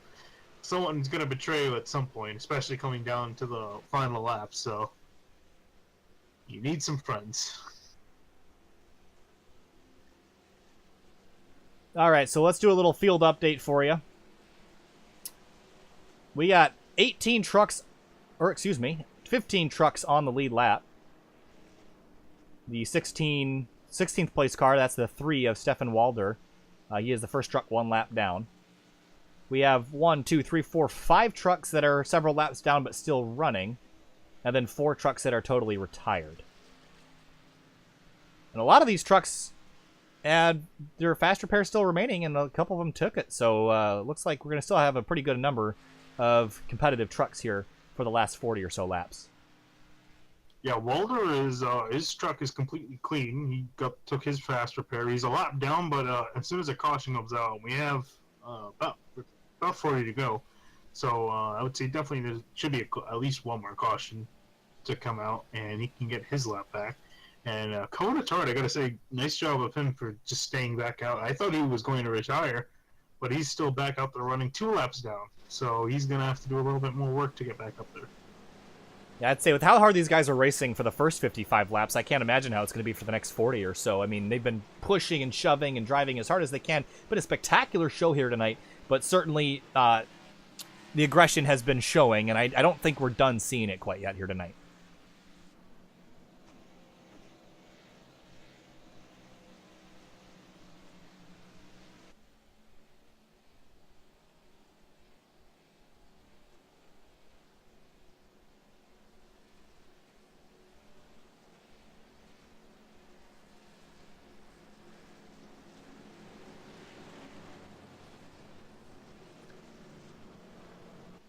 Heading through turn 4 now. So we're 56 laps into this race. And the lap counter is going down now. And so this is where you got to start thinking a little bit more about track position. But the thing is, Finney, we've seen a couple trucks. I want to mention the 33, the 60, and the 52, as well as the 97 and 93. All those guys have been spectacular at driving through the field in a very short amount of time. So now that we've seen that, for the rest of the race, we know the aggression level is going to step up. Is this a point where you're just going to sit back, let the competitive guys wreck each other, and maybe take the last 5 or so laps and charge to the front? Or is this a track position game at this point for you? Honestly, I mean, we have quite a bit of time. We have 100 miles left in this race. So, honestly, I would just sit back in the lead draft, at least. Sit back in the lead draft and just kind of tug along for at least 20 laps. Then try to start, figuring out where you're going to go, what you're going to try to do. And then for the last 15 to 10, just try to set up and get up to the front. We've seen it possible. These guys have been able to move up the field really quickly with the right moves. So it can be done. You don't have to sit stationary. It's not like the Cup cars where you really have to have some help or, have a good line work. And you can kind of just move wherever you want and have a few guys help you out.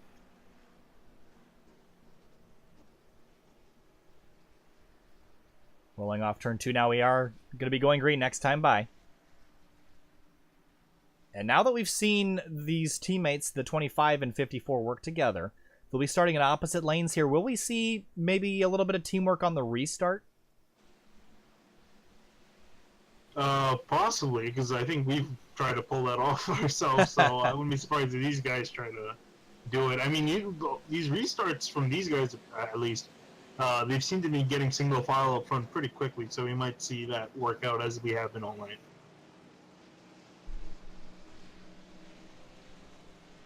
Well, the 9 truck, after being involved in that collision, here he is, looking gorgeous. That truck is brand new, clean, and he's back up here, that nationwide number 9 Chevrolet, and he's riding in 6th right now. Another truck that was involved pretty heavily was the 3 truck. He's also back out there with a fresh truck, only 1 lap down, but sitting currently in the free pass position just ahead of the 15 of Liam Sheen. We haven't talked about Liam a whole lot tonight. He's been kind of being careful, but was caught up in a couple things that weren't of his doing in that Keen's Silverado. So hopefully he can get himself back on the lead lap here. Yeah, it seemed like he disconnected. I didn't realize that he did, so he had probably some hardware issues or something on his end, and he's back out 1 lap down, so he's going to have to battle the 3 for that free pass position. That's something we'll keep an eye on. We're heading back to the restart. The pace car is pulled off. And the 25 of James Miller is going to lead Matt Gruenberg back to the green flag here at Talladega.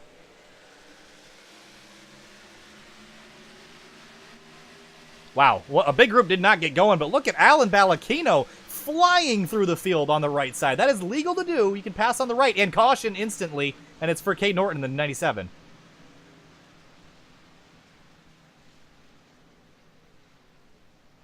All right, well, let's check out and see what happened there. Didn't quite catch that as we were watching the 51 truck. Off of the nose of the 13. Wow, that was... Huh. I don't know, Finian, I kind of want your opinion on that one. That was a little bit optimistic there by the 13. Yeah, I don't know. I don't quite understand that, for sure. But we've seen both those team trucks tonight be the cause of several collisions. So a little slap on the wrist there for the 13 of Cunatard.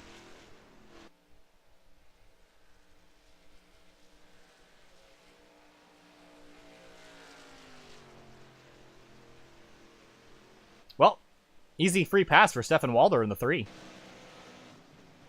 about as easy as you can get it. Yeah. You only had to go 100 feet.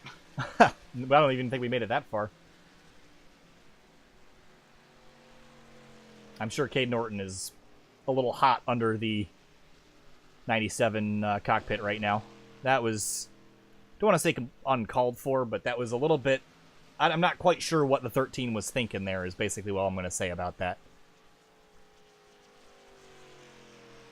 I don't really see anything Norton could have done differently to avoid that. I mean, you're the truck in front. It's the truck behind's responsibility. Pretty much a sitting duck. You're the truck in front. You're at mercy of whoever's behind you. Yep. Well, still on the lead lap. A little bit of damage to that right front. But it's a shame if I haven't been able to keep track of all these fast repairs here tonight. But I'm not sure if he's taken it. The right front damage shouldn't hurt him too bad, but I think if he gets out by himself, it's going to be a parachute.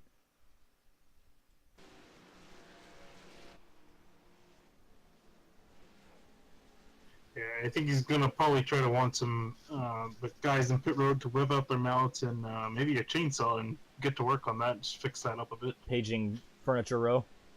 Martin Truex team. All right, pit stops. No one took them, at least up front. Towards the rear, we got the 51 back on pit lane, as well as the 16. Yeah, that 51 truck made a huge advancement on that restart. Now, I'm a little bit surprised he's coming down pit lane to top off with fuel and maybe get some tires, because he passed about 10 trucks there on the initial start. I actually am not too surprised. I think, honestly, if you pit now, you might be able to make it. Oh, you're right, Finian. So what's that? That's going to be about 34 laps when you cross the line, right? That's a stretch, but I think you might be able to do it. Yeah, I mean, if you could just kind of, yeah, and I mean, honestly, with the cautions we've been having, if you can just kind of sit her out and just, coast a bit here and there, you might be able to pull it off. And I mean, might as well try something. I'm kind of just jumping around from camera to camera up front here, Finian, with the leaders, and I do not hear any motors. The 25 just turned his back on, but 41 is dead silent. Yeah, I was gonna say if you could try to just see when how many laps these guys have put on there. I can do that for you, Finian. Yep. Gotta do a little shuffling on my 2 monitors. I really need more than this. All right, so let's see. Where is my stint information? There it is. Okay, so it's been 6 laps since the front, actually since the front 7 drivers. 6 laps since the front 6 have pitted. So that's about a 40-lap run on fuel. Yeah, and I'm guessing that was all the last caution. So these guys have been pretty much pacing this whole time. So I think I would say they're almost good on fuel. So it's going to be, we kind of have to see, how far they do actually go. But these guys are on a full tank, so they might. I would say they're in a decent range. It wouldn't be too shocking if they made it to the end. The 64 truck is the outlier in that group. 7 laps he's been running on this tank of fuel.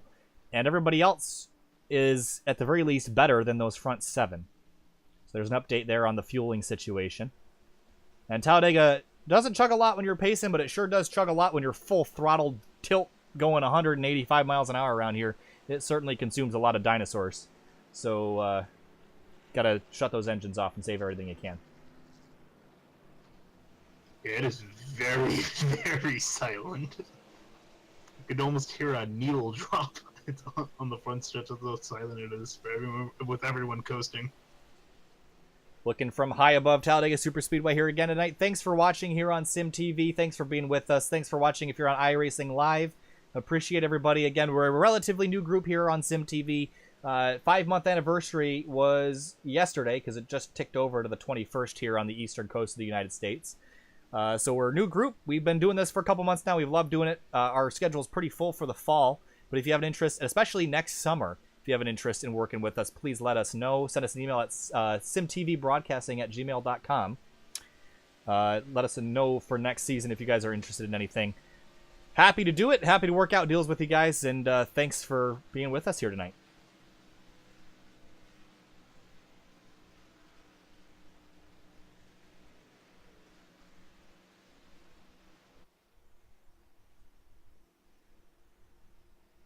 All right. Well, the ATVO says that if we go back green, we should have about 28 minutes left in this race. And we're down below 35 to go, 34 to go now. So the time is going to start running out. Whenever I look at the Finian, whenever I look at the ticker, I don't look at you often because you live a couple hundred miles away from me right now, but that's soon to change in about a month. As I was saying there, Finian, whenever I look at... well, I totally lost my train of thought. Never mind. You're talking about looking at ATV? Yeah, that's right, the ticker. Whenever I look at the tickers on TV, really, to me, when it's down to 30 laps to go or so is when the race is over to me, or it's getting down to the nitty-gritty. And we're getting close to that point. Lap 65 will be 30 to go.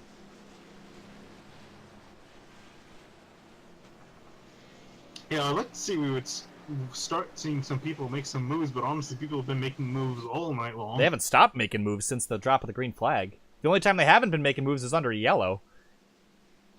I think the only one that has made a move under yellow is the 41. He spun himself out coming out of turn 2. So, you know what that reminds me of, Finian? Is Michael Waltrip Daytona 500 qualifying. Yeah. That's what that reminds me of. But thankfully, he didn't bounce it off the wall.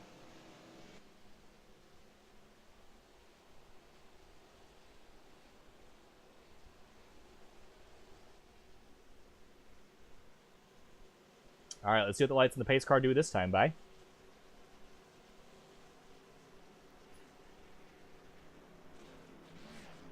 One lap to green. There, the lights are off on the pace car, the Ford FR500 Mustang. Hey, iRacing, I know Drew Adamson was watching earlier. Paging all iRacing devs, can we get a new pace car? That'd be lit. A nice Toyota Camry XSE or a Mustang or a Corvette. Just give me something new, man. I love iRacing, and I'm a huge iRacing fan, but we really need... Pace car, top of the list. Day-to-night transitions can wait to build. I need the new pace car. Honestly, at that, I would say just update the paint scheme. We've had this paint scheme for years. Well, they changed it to that ugly... it was for a good cause. It was for a children's hospital, but it was gold and blue and terrible to look at. So, I mean, honestly, I just kind of liked it because it was different. It was different from this one. They really need to give this just at least another paint scheme. Yes, for another paint scheme at the least. Yeah. But yeah, kind of like his Toyota Camry. Well, the Camry's what NASCAR uses pretty much everywhere, so it probably wouldn't be a terrible idea. But there's also, the Mustang New Mustang would be a good one to get, but new pace cars would be awesome. And a Corvette, if you had a Corvette, you could use it on the roadside too. A lot of series use Corvettes. IMSA looking at you, as well as other series around the world. 25 is racing the pace car down the back straightaway. Yeah, it just shows how already shows how much he wants to go back under green. He's racing the pace car. He's ahead of it right now. I'm sure race control's tapping him on his shoulder and telling him to back up just a little bit. Reminds me when Tony Stewart was bump drafting the pace car. Now, bump drafting this one isn't very satisfying, though. Gary Weaver in the 41 back on the outside lane for this restart. Matt Gruenberg in the 54 lining right up behind his teammate in that 25 truck. So that's going to be something to watch here on the restart.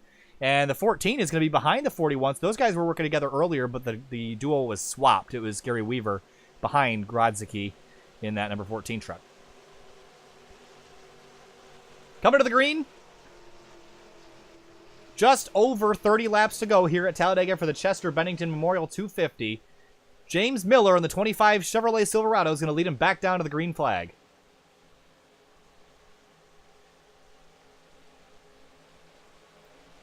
And they're off again, lap 63.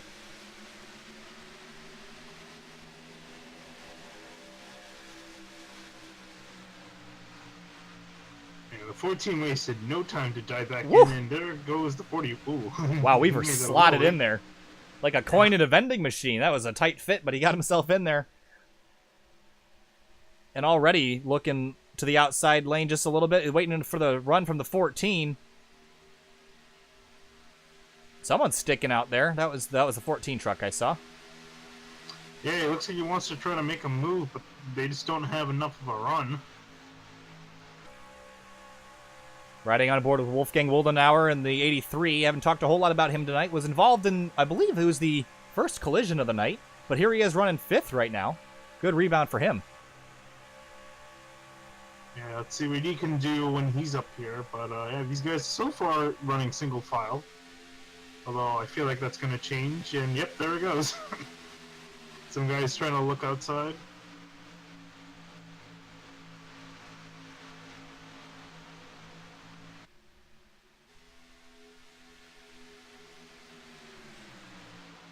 There's the 60 of Jeffrey Fisher. We've seen him be really aggressive earlier in the race, and looks like he's kind of taken a little bit of a calmer side here to the end of this race, but he's poking his nose out just a little bit. I don't think he's content riding right there in 8th.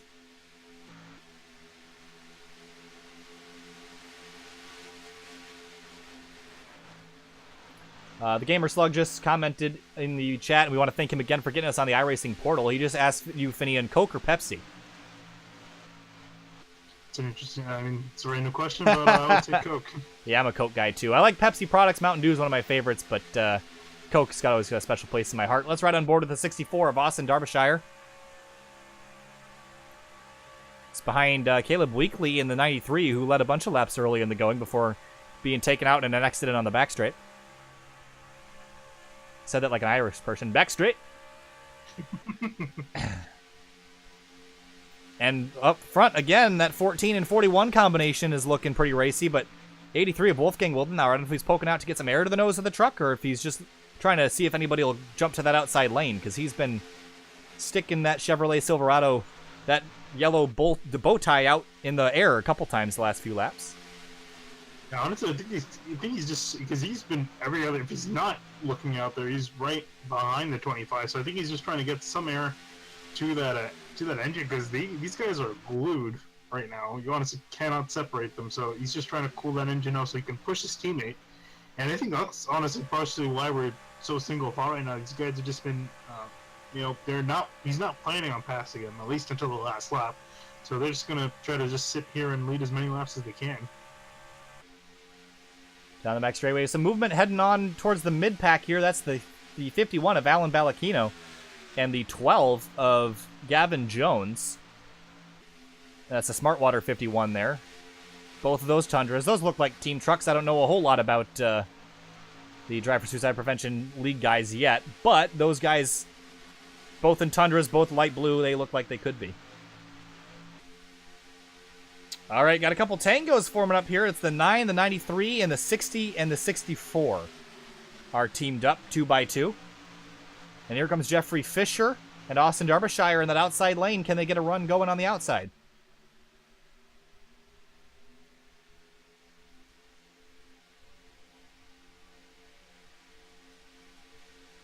Well, we're looking pretty racy now, guys. Yep, just when you thought we would calm down, these guys, someone's trying to make their way up to the front. That's the 21 truck down on the apron there, got crash damage.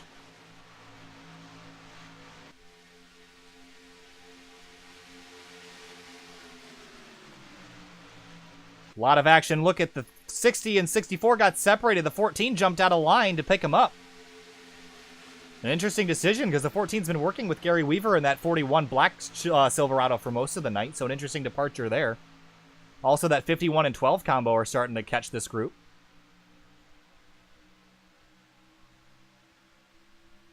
Weaver's going to have a heck of a run here. What's he going to do with it? He's going to stay put, as will the 83. Yeah, and then, you can see everyone's starting to get bunched back up with the draft, so we're going to have a good 14 cars in this race right now. They're all in this lead pack. And the 3 is Stefan Walder jumping back into this group. He's running 10th right now, but he'll gain a couple more spots. He'll have the run from the outside lane. Involved in that last one of the last collisions there. Heading over into turn 3.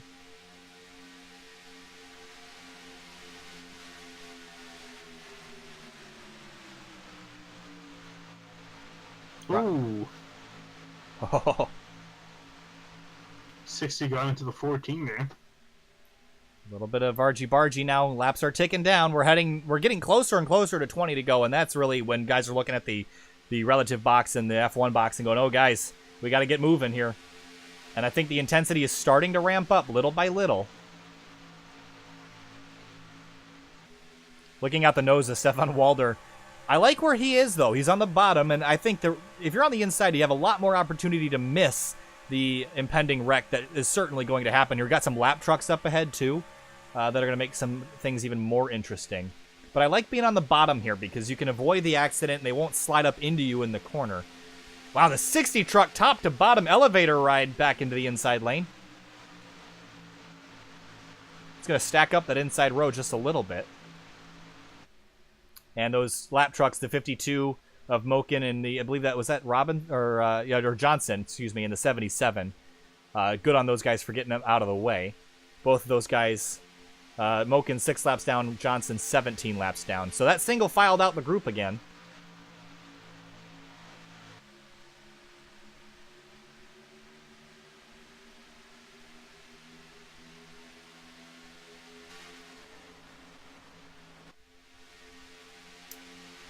Oof! Someone just slid in line there. Didn't quite see who it was. That was not him. All right, that was not what I was looking for. There it is. It was the 64 truck that did that. That was another elevator move top to bottom. Riding on board now with Derbyshire. Excuse me, Finian. Oh, yeah, no, I was just going to say, yeah, I think this is the first time we've really seen these guys completely single file. I think you're right. I mean, we've seen a couple guys in some of the groups single file earlier, but not in a pack this size. We see some more movement, not totally single file for race after race after, or lap, excuse me, lap after lap after lap, but you see some movement there, the 14 of Grodzicki popping out of line. But for the most part, single file.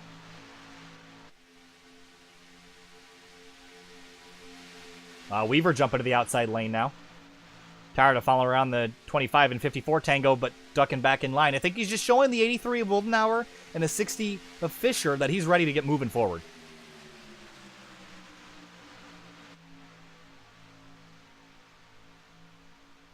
And the 14 of Grodzicki has picked up the 3 of Stefan Walder. And here comes Norton in the 97 to the top lane. So back here, 9th, 8th, 9th, 10th place, we're starting to generate another outside lane.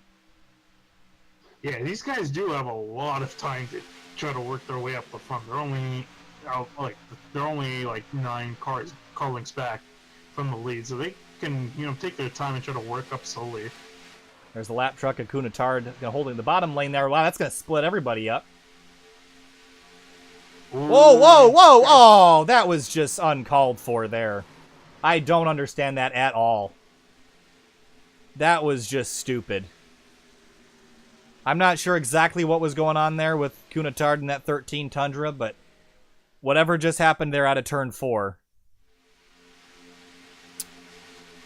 Was he just loose there, Finian? Because he just tore up a bunch of trucks for no reason at all. No, it shouldn't have been loose. I think it looks like he might have just turned the wheel a bit to the right. Let's get another look at it from above, because I want to make sure I saw this right, but... Yeah, what was that move?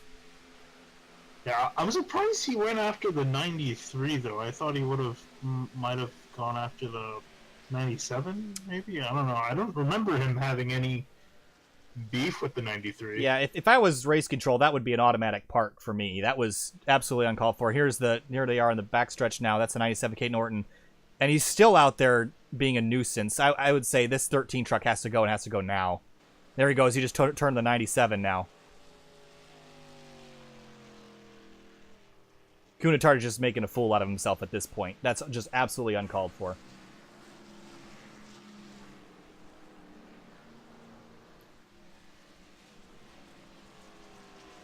I really, really feel for the 93 of Caleb Weekly. The others that were involved in that. Yeah, the 3. Yeah, the 3. I mean, it's just there's no we saw what good lap cars do, and that was the 52 and the 77. That was Moken and Johnson. Get off the apron, out of the way, let the field go by. I just don't understand what could possibly allow the 13 to get out there and do that. I don't know what he was thinking to do. I just don't understand that at all. Yeah, that was really unfortunate because a lot of the guys were setting up to make their kind of finishing runs, or we're just kind of getting settled out. And yeah, that took a lot of good trucks, and we were going to be down quite a few people. Such a shame too, because a lot of those guys were starting to get their runs forward. I think Norton, he's pretty torn up. I didn't see a whole lot of damage the first time through, but what a shame that is. Yeah, it took up a 97, the 3, and I'm forgetting someone in the 93 kind of. Actually, he just got... Oh, his truck is actually brand new, so he did not use his fast repair at all. And the 13, I believe, has been removed from the session. I'm glad to see the race control doing that. That was... really, the 13 and the 33 have both been at the start of many incidents tonight, but that 13's actions there was just... That would get you parked in any racing series. So thank you to the race control for removing that.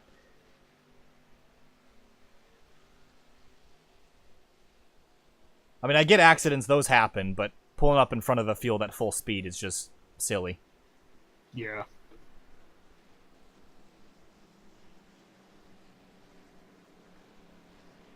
Seven cautions here tonight. We've been averaging one about every 10 laps, which is pretty good considering the amount of cars in here. There's money on the line, so people are racing for it.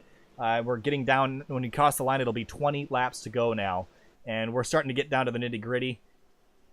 And running out of time for everybody from about 10th on back. But there's honestly, now we only have 14 trucks on the lead lap, and Cade Norton in the 97 has pulled it off for the night. That is such a disaster. Hate to see that for Norton.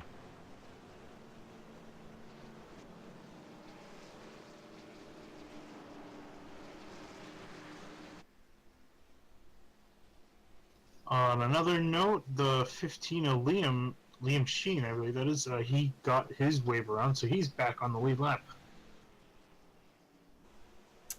Also, I just want to, I believe the Gaming Slug on YouTube, that is William Kruska, so that is, that would be why he was trying to get that on the iRacing portal, because he's the guy that contracted us to do this race for him, so that makes a lot more sense. Okay, we got that sorted out.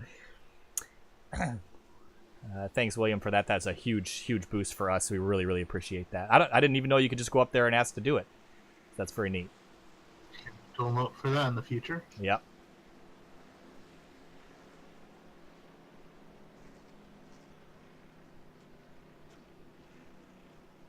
All right, so officially now 20 laps to go. 75 laps complete of 94.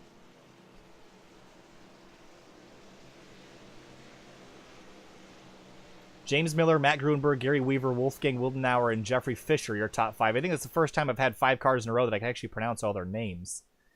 It's been tricky tonight. A lot of new faces that we have not seen. I don't think there's anybody that we've seen before. Recognize? No one that I recognize. I definitely recognize. Racing against. Yeah, I know. I mean, I recognize some names from the forums for sure.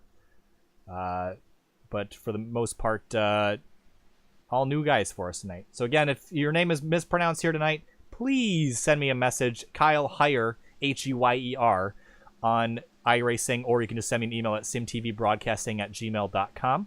We have a website in construction, by the way, thanks to Finian. He's setting time out of his day to get that website up and going, and there you can review rates and other information, and hopefully we'll have a calendar there with our events on it and some other goodies.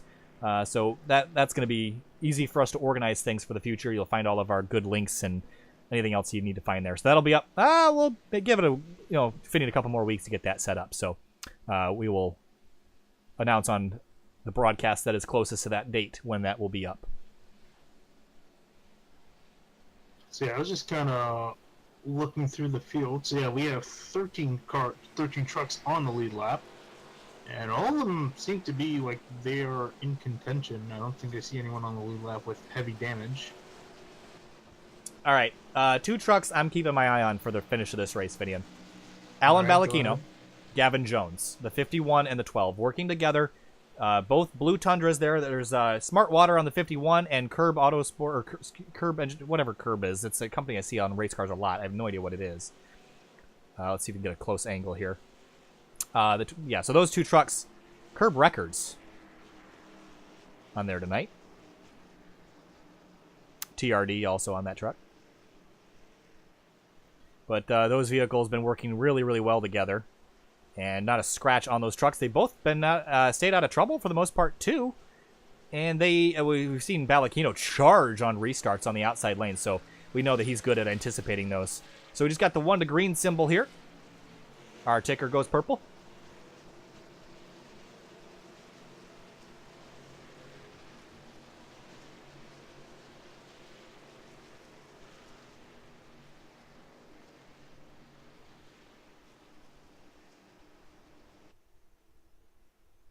It's just such a shame to see Cade Norton get taken out in that again. I mean, especially being spun on the caution after trying to keep himself out of trouble.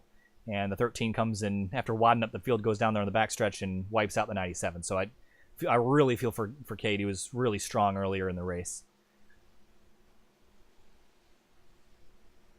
Down the backstretch now. 13 trucks still in contention for this. And remember, it was $25 for the win, Finian? Yes, it was. $25 to win this race. And that is certainly enough to get you a nice new track in car combo. So there is a lot on the line here tonight. And also a random Lincoln Park skin wearing driver here tonight that finishes the race will be chosen for another small award. As well as there was another, I think there was just a random finisher also gets $5, something along those lines. I think you were mentioning it to me prior to the broadcast. I got a lot going on over here on my end with all the streaming and the YouTube, and Finian's my stats and rules guy. He's basically my Indian Larry Mack. So, and he's from Long Island, so that's an interesting combination. But out of turn 4 we come.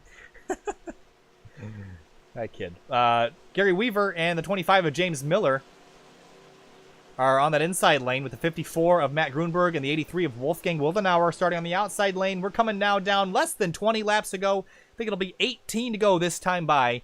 And green flag will fly here momentarily as soon as the 25 takes it. Waiting. I think he's waiting for the green flag to drop. There it is. Green flag's back in the air. 18 laps to go here at Talladega.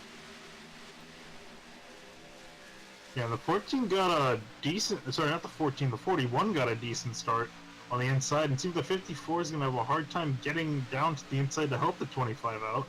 So Millie's going to be out by himself up front. And he's not going to have Grunberg to help him.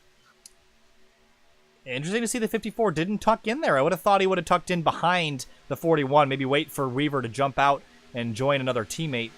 or another driver out here. But wow, the 14 of Grodzicki making a move out there as well. So forming 2 lanes immediately after this restart. Wow, the 14 got to pick a lane there, bud. Top to bottom, he's in. Good move to get in that spot. Out of turn 4 now, we're up to speed 183 miles an hour. And there's the 51 and 12 back here are still pushing and shoving, and now I think they're just gonna come right through the field here in a second. They got a head of steam, 190 on the front straightaway. Here they come to the outside. Looks like they're gonna tuck back in though, bide their time a little bit longer. Probably a good decision. I mean, again, I think how many laps do they have to go again? 17 this time by. Yeah, so that's a decent amount of time, you know, to work your way up from back there. You can definitely bide your time a bit. Well, and especially wait for kind of some immediate impending doom coming up. I thought they were going to wait, but Balankino really wants to tuck to that outside lane, and he's trying to drag the 12 with them. I don't think Gavin Jones in that blue Tundra is quite as willing to go up there as Balankino is in the 51, and you see them kind of splitting up there just a little bit. Because I think they're looking at this front group and how pushy and shovey it's getting. Wow, the 9 almost got forced below the line there. And they're maybe thinking just hold off a couple more laps. Yeah, 64 trying to get a really aggressive side draft from the 9.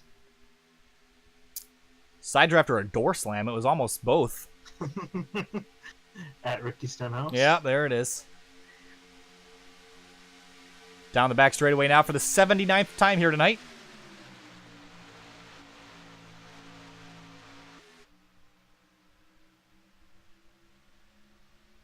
The 83 is right tucked up underneath the deck lid of the 54, as is Gary Weaver under James Miller. And you can see the 12 and the 51 bailed out here down the front straightaway. They're getting out of this mess.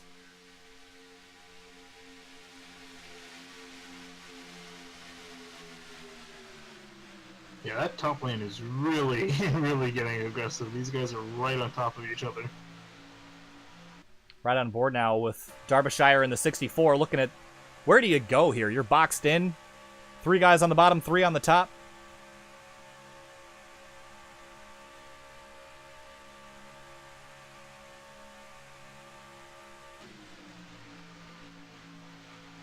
Like a 14 backed way out of that. I wonder if his engine overheated a bit. That's a possibility.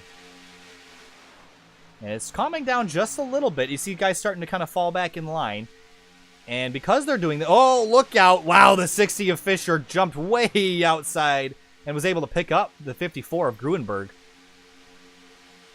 That was a risky move, but it might pay off here. He's going to rocket into second place. He might have enough momentum to stick his nose out for a quick sniff of the lead here on lap 81. Yeah, I mean, you got to make moves, and, you know, better late than never, I guess. And you know what? Now that it calmed down, you can look at the 51 and the 12. Look into the outside lane now. 3 wide in the back. Yeah, you're really going to have to find your friends now. And 3 wide is definitely possible here. It's just going to take these guys to hold their line and be smart about this. It's definitely possible. You can do it. You just got to watch out, make sure that no one slides up mid-corner. But here they come, Balankino and Gavin Jones to the outside. Can they make up any ground out there? Yeah, these guys can make it up there. It'll be like front row motorsports when they just came out of nowhere. Oh, look out! Talladega. Oh my Woo! goodness, the 15 of Liam Sheen almost just ended that for the 12 and the 51. Maybe he thought that he was clear, but oh, there they go. Trouble, 83. And who was that? That is Wow, they saved Did it. they really? That is spectacular stuff. Miller and Wildenauer. That was amazing. Let's go back and get a replay of that. That was a crash, Finian. Yeah, honestly, that 83 was completely sideways to the race. Wow, yeah, the 83 I just think he forgot that the 25 was there. And it'll take him out of contention, but Finian, that was a spectacular display of driving by those guys. Oh, we need to get back up front. Oh, here we go. For the lead, 3 wide. Here comes the 51 and the 12. To the outside, an incredible show of teamwork. To the lead, here they come on the outside. I think the best part is it turns out they weren't teammates. They might not be, but they have similar colored trucks. They're both driving Tundras. I'm going to call them teammates. They're working as a team here tonight. I mean, they've been honestly always near each other, so I'd be surprised if they weren't. Oh. But yeah, these guys might be able to pull this off here. I think if they had an extra truck helping them, if they only lane with only 2 trucks on the outside, they can get just one more truck to help them out. They'll be golden. Man, this is risky stuff here. 3 wide, 4. This is going to be for the lead. That 60 truck is the lead truck. That is Fisher. Gruenberg tucked in behind him. And then you see the 52 and 77 doing as proper lap cars should, staying out of the way.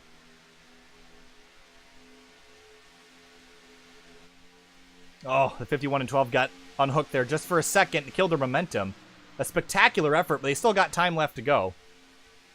Yeah, honestly, if I was them, I'll kind of, just let the engines cool down a bit and just try to save up for one more shot. They definitely have time on their hands. Time is their friend at the moment. Oof. And a 93 is making me a little bit nervous. Popping out of line there just a little bit. But yeah, I can see it getting a little bit more sorted now. 51 and 12 now tucked in behind, just in that outside lane. But look out. Wow, a big push from the 54. The 41 of Weaver also giving a huge shove. And the 54 is going to try to stick his nose out, but he's going to tuck back in behind the 60 of Fisher. Ran out of breath saying that sentence. Yeah, we are back 2 wide.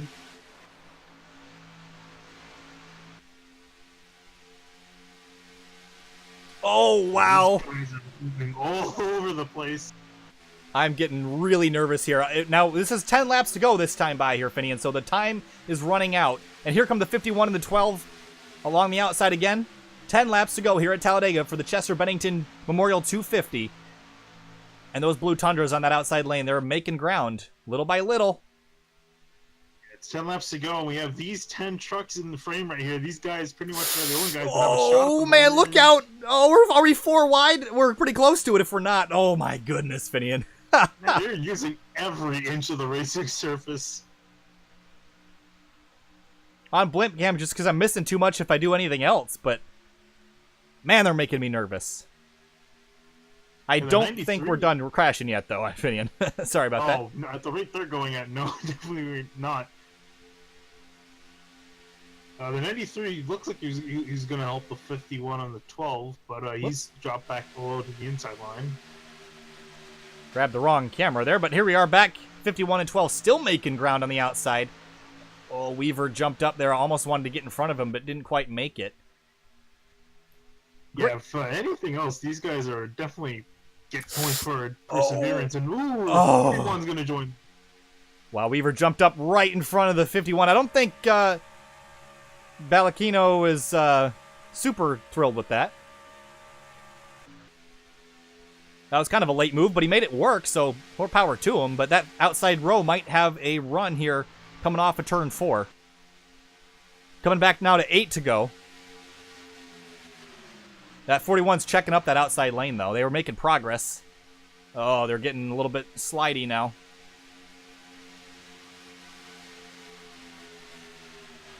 Oh, man, these guys are side drafting off of each other. I'm amazed that they haven't not wrecked yet. Look at how tight this pack is. This is spectacular stuff here tonight. Been a couple cautions here and there, but other than the yellows, it has been absolutely phenomenal, aggressive, clean racing other than the couple incidents. And the 51-12 lost some momentum. We got to worry about now Gavin Jones in that 12 truck. Is this truck overheated at this point?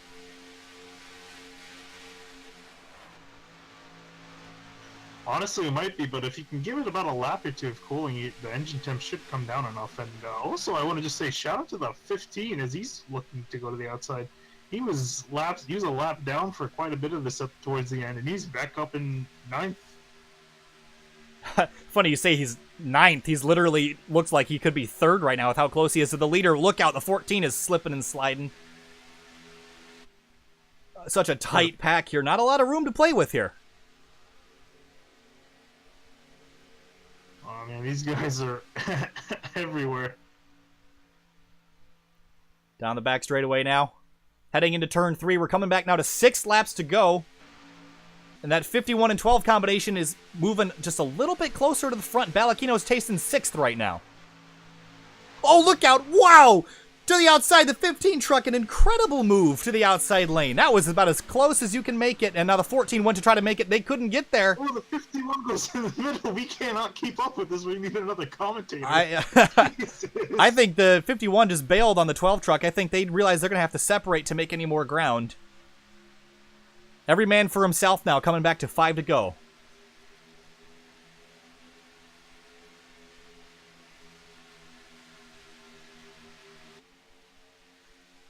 Lots of movement. We're getting down to the point now where if there's a yellow, it's going to be race over. Ooh, at 16, you almost went 4 wide there. And remember, the winner of this race gets $25. There is money on the line here. Yeah, the way these guys are racing, could definitely tell that as the 14 was able to jump to the lead, and the 51's been the highest he's been all night. Running in second right now, but I got to look out. The 64 still was inside. He's not clear yet. Jeffrey Fisher all over the back bumper of the 51. Look out. That was close. 3 wide at the start-finish line. Coming now. 5 laps to go here at Talladega. Balakina was played this smart all night. Pun intended with the smart water on the hood of that truck. But now he is to the lead. And is he clear? Looks like he might be. He is. But the 60 of Jeffrey Fisher now looking to the outside. 14 to the inside. 51 split. 60 down to the bottom. Top to bottom. Elevator move. Wow, there looks like they're 4 wide. 3 wide now. Look out, guys. Yeah, the 51 just left a little bit too much room, and the 14 said, you know what? There's space for crashing. 15 in the wall. Bouncing off of each other. Spinning out, and that might be... No caution. That is... You know, if he could just ESC right now, he would save the yellow from coming out, but if he turns back across the track, there it is. Yellow's over. A little bit disappointed. A little bit disappointed in that, not going to lie. If he had ESC'd right there, he probably could have prevented the yellow from coming out. But that should be race over. I believe it is. And look at that. The 60 of Jeffrey Fisher. An incredible, spectacular top lane to the bottom lane. 10-story move to jump in front of the 14 of Jarrett Grodzicki, and it looks like he will take home the victory here tonight. And honestly, I think we should just watch the lap 90 over and just see him work his way up to the first. I definitely think he definitely earned that win. Yeah, let's go back, take a look at it. Let's try to find where the 60 took this lead away, because it was pretty spectacular from what I remember seeing here. So let's get a good look at it. Here it is.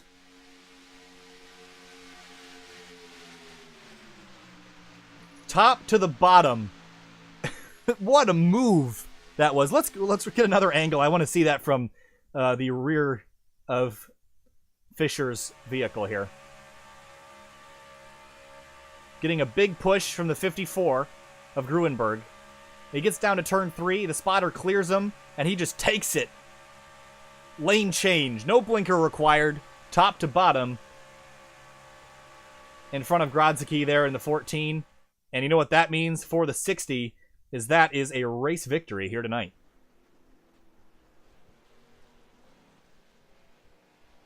Yeah, that was definitely some incredible racing. These guys were all over the place and all going for it. Unfortunately, yeah, they did crash before coming to the line. But yeah, all night also, just incredible racing.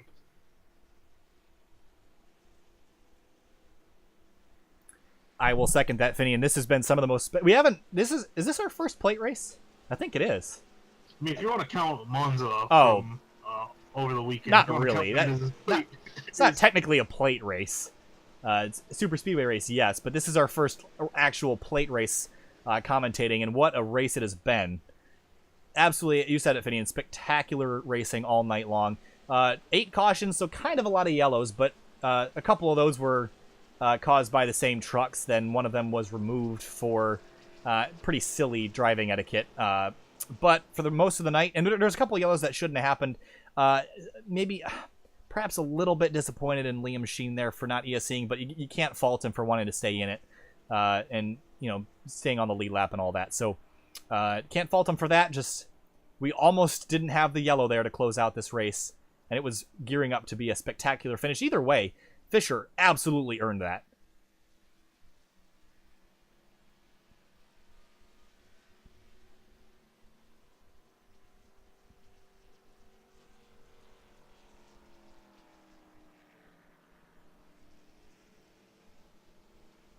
Working their way now. White flag lap next time by. And interesting fuel economy notices the 64 of Austin Derbyshire, 40 laps into the stint. So definitely he's used up a lot of fuel. On fumes. Yep.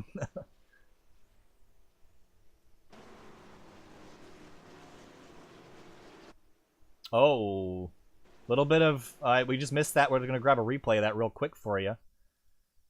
But up front, a little bit of, I don't know if that's congratulatory or... I'm going to assume that's congratulatory. I didn't see these guys get into it. I know the 25 is probably not too thrilled with the 83 of Wolfgang Wildenauer, but probably congratulatory. They're in the Discord together, so I'm assuming that. Okay. So, okay, never mind. We're all good. Everything's fine. Everybody's happy with each other. We've seen a lot. We're all shaking hands. We've seen a lot of tempers flying tonight, so good to see some sportsmanship out here. Yeah, so someone said it in the YouTube chat. Some of the best iRacing I've ever seen. Also, very good broadcasting. You for thanks that a lot. compliment. We appreciate that it. means a lot to us. And honestly, I'll agree. This is some of the best plate racing I've seen and I've been on iRacing since 2011. This is some of the best plate racing I've ever seen. And it goes to show you, it doesn't need to be green flag from start to finish. You can have cautions, you can have crashes, but you got drivers with level heads on their shoulders. You can have a spectacular race, even in a short amount. I just realized I'm still on the replay screen here, as you just said how great our broadcasting was screwing up. Anyway, as they're saying, Finian, you don't need to have 80 laps of green flag racing to have a great race. These guys have shown here tonight that if you can withstand a couple laps of pacing, you can have some spectacular runs. 3 wide, 4 wide momentarily. And good stuff. So the white flag is in the air now under yellow. And the 60 of Jeffrey Fisher is going to be rolling around here. If he can make it 2 2/3 more miles, he will collect a checkered flag and $25. Great stuff here tonight.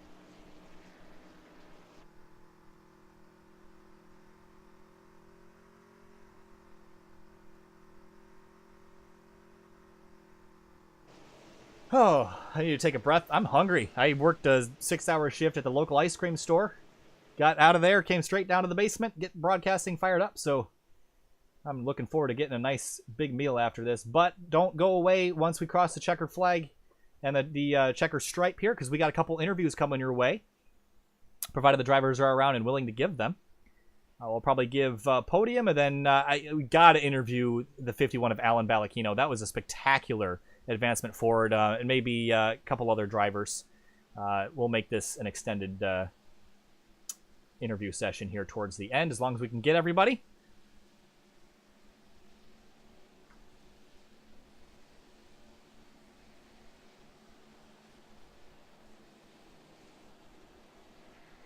So if you've watched the whole night, thanks for sticking with us. It's been about 2.5 hours. Just under, since we went live, and we want to thank you for sticking with us the whole time if you've been here. If you're not subscribed to SYM TV, please do. Like I said, right now it's Sundays and Wednesdays we have broadcasts going on. But as we head into the month of August, we will have Thursday night double headers with the Fuel Racing League, as well as the Scars Ferrari Challenge, which is a 2-race format. It's always an entertaining series to watch. If you want to sign up to any of those leagues, you can find all that information in the iRacing forum in the private league and hosted section. And join those leagues and have some fun. Be on SYM TV and stick with us. Out of turn 4, Jeffrey Fisher in the number 60 Toyota Tundra. He's going to head through the tri-oval and collect $25 and move up a couple spaces in the game of Monopoly here at Talladega. It's been a good race tonight. And the checkered flag flies. And Fisher will win at Talladega for the Chester Bennington Memorial 250. Jarrett Grodzicki in the 14 will come home in second. Austin Derbyshire in third. Alan Ballacchino, a spectacular move forward, in fourth. Gary Weaver in fifth. Matt Gruenberg sixth. The number 9, 7th, 12, 8th, 15, 9th, and the 25 of James Miller, maybe a little bit disappointed after his advancement forward being collected in an accident with the 83 of Wolfgang Wildenauer. He'll round out the top 10. A couple more either congratulatory or salty hip checks with some drivers out here. That's the 12 of Gavin Jones right now. So we'll follow the 60 truck around, and we'll see if he'll do some more burnouts. Good to see that truck. C12 of Gavin Jones doing his own burnouts of some kind. Oh, he's smoking the engine. He did so much. He did so much.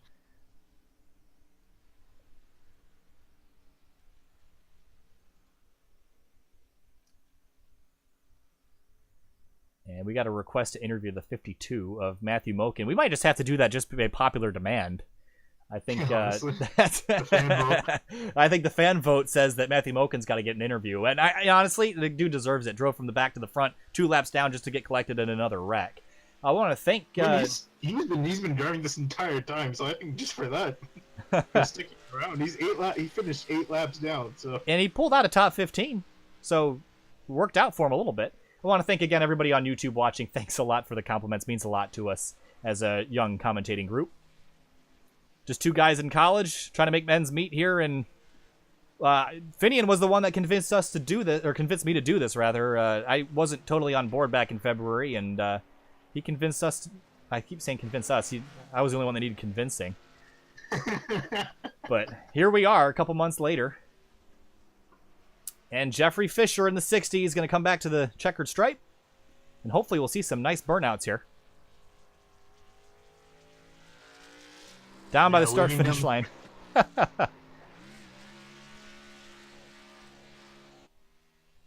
Tokyo Drift, he's doing some Simcana or something out here. Yeah, he's enjoying himself. Chester Bennington on the rear of that tailgate. We want to remind everybody again why we're here tonight for the Drive for Suicide Prevention League for the Chester Bennington Memorial 250, bringing awareness to suicide and mental health issues. Again, we will have the National Suicide Prevention Hotline linked in the comments, as well as in the video description post-race. You guys want to remember that your life is always worth living, and talk to somebody that you feel comfortable with, and never, ever take your beautiful life from this world. So thank you, everybody, for sticking with us to be here to bring this message to you. Jeffrey Fisher in the 60 Toyota Tundra bringing home the victory. We'll be right back. Give us a few minutes. We'll be back with all the interviews. We'll be back in probably about 5.